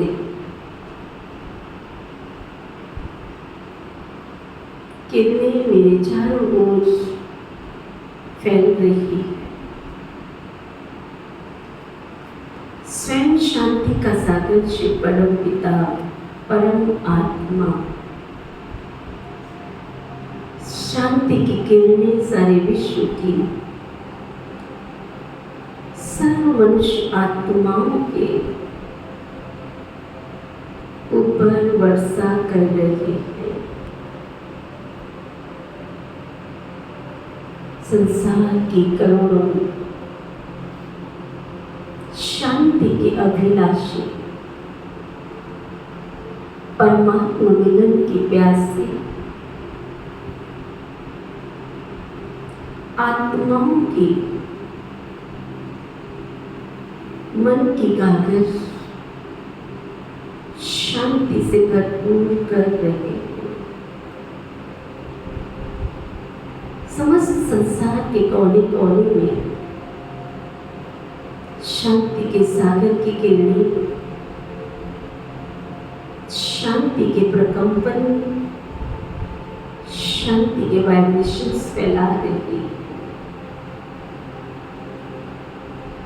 परमात्मा दिव्य शक्तियां,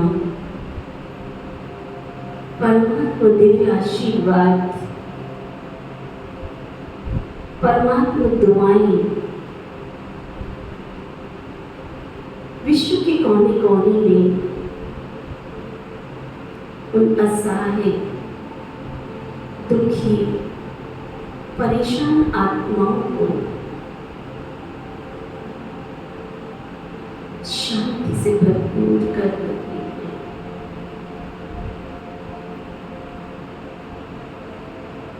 सारी वसुंधरा शांत में होती जा रही है। परमात्मा दुआएं, परमात्मा आशीर्वाद, परमात्मा शक्तियों के सुरक्षा कवच में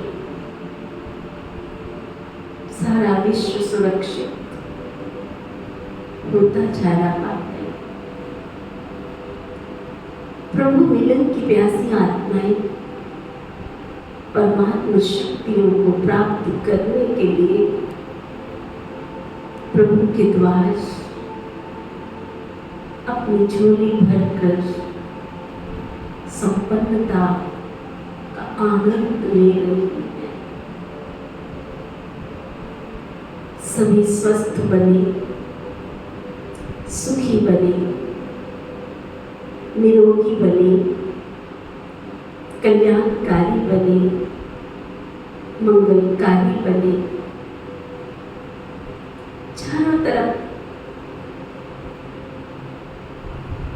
हिंसा करने वाले, दुख अशांति फैलाने वाले सबकी आत्मा शांत में बन जाए, प्यार की गंगा बहाने लगे, सारा विश्व सुख और शांति का समुद्र बन जाए। ऐसे हम सबके मंगल कामना, शुभ कामना। हे परमेश्वर, हे ईश्वर,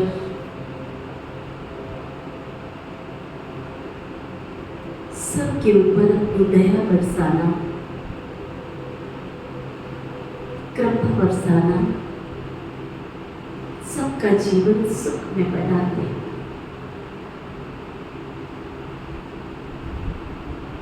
सबका भला हो,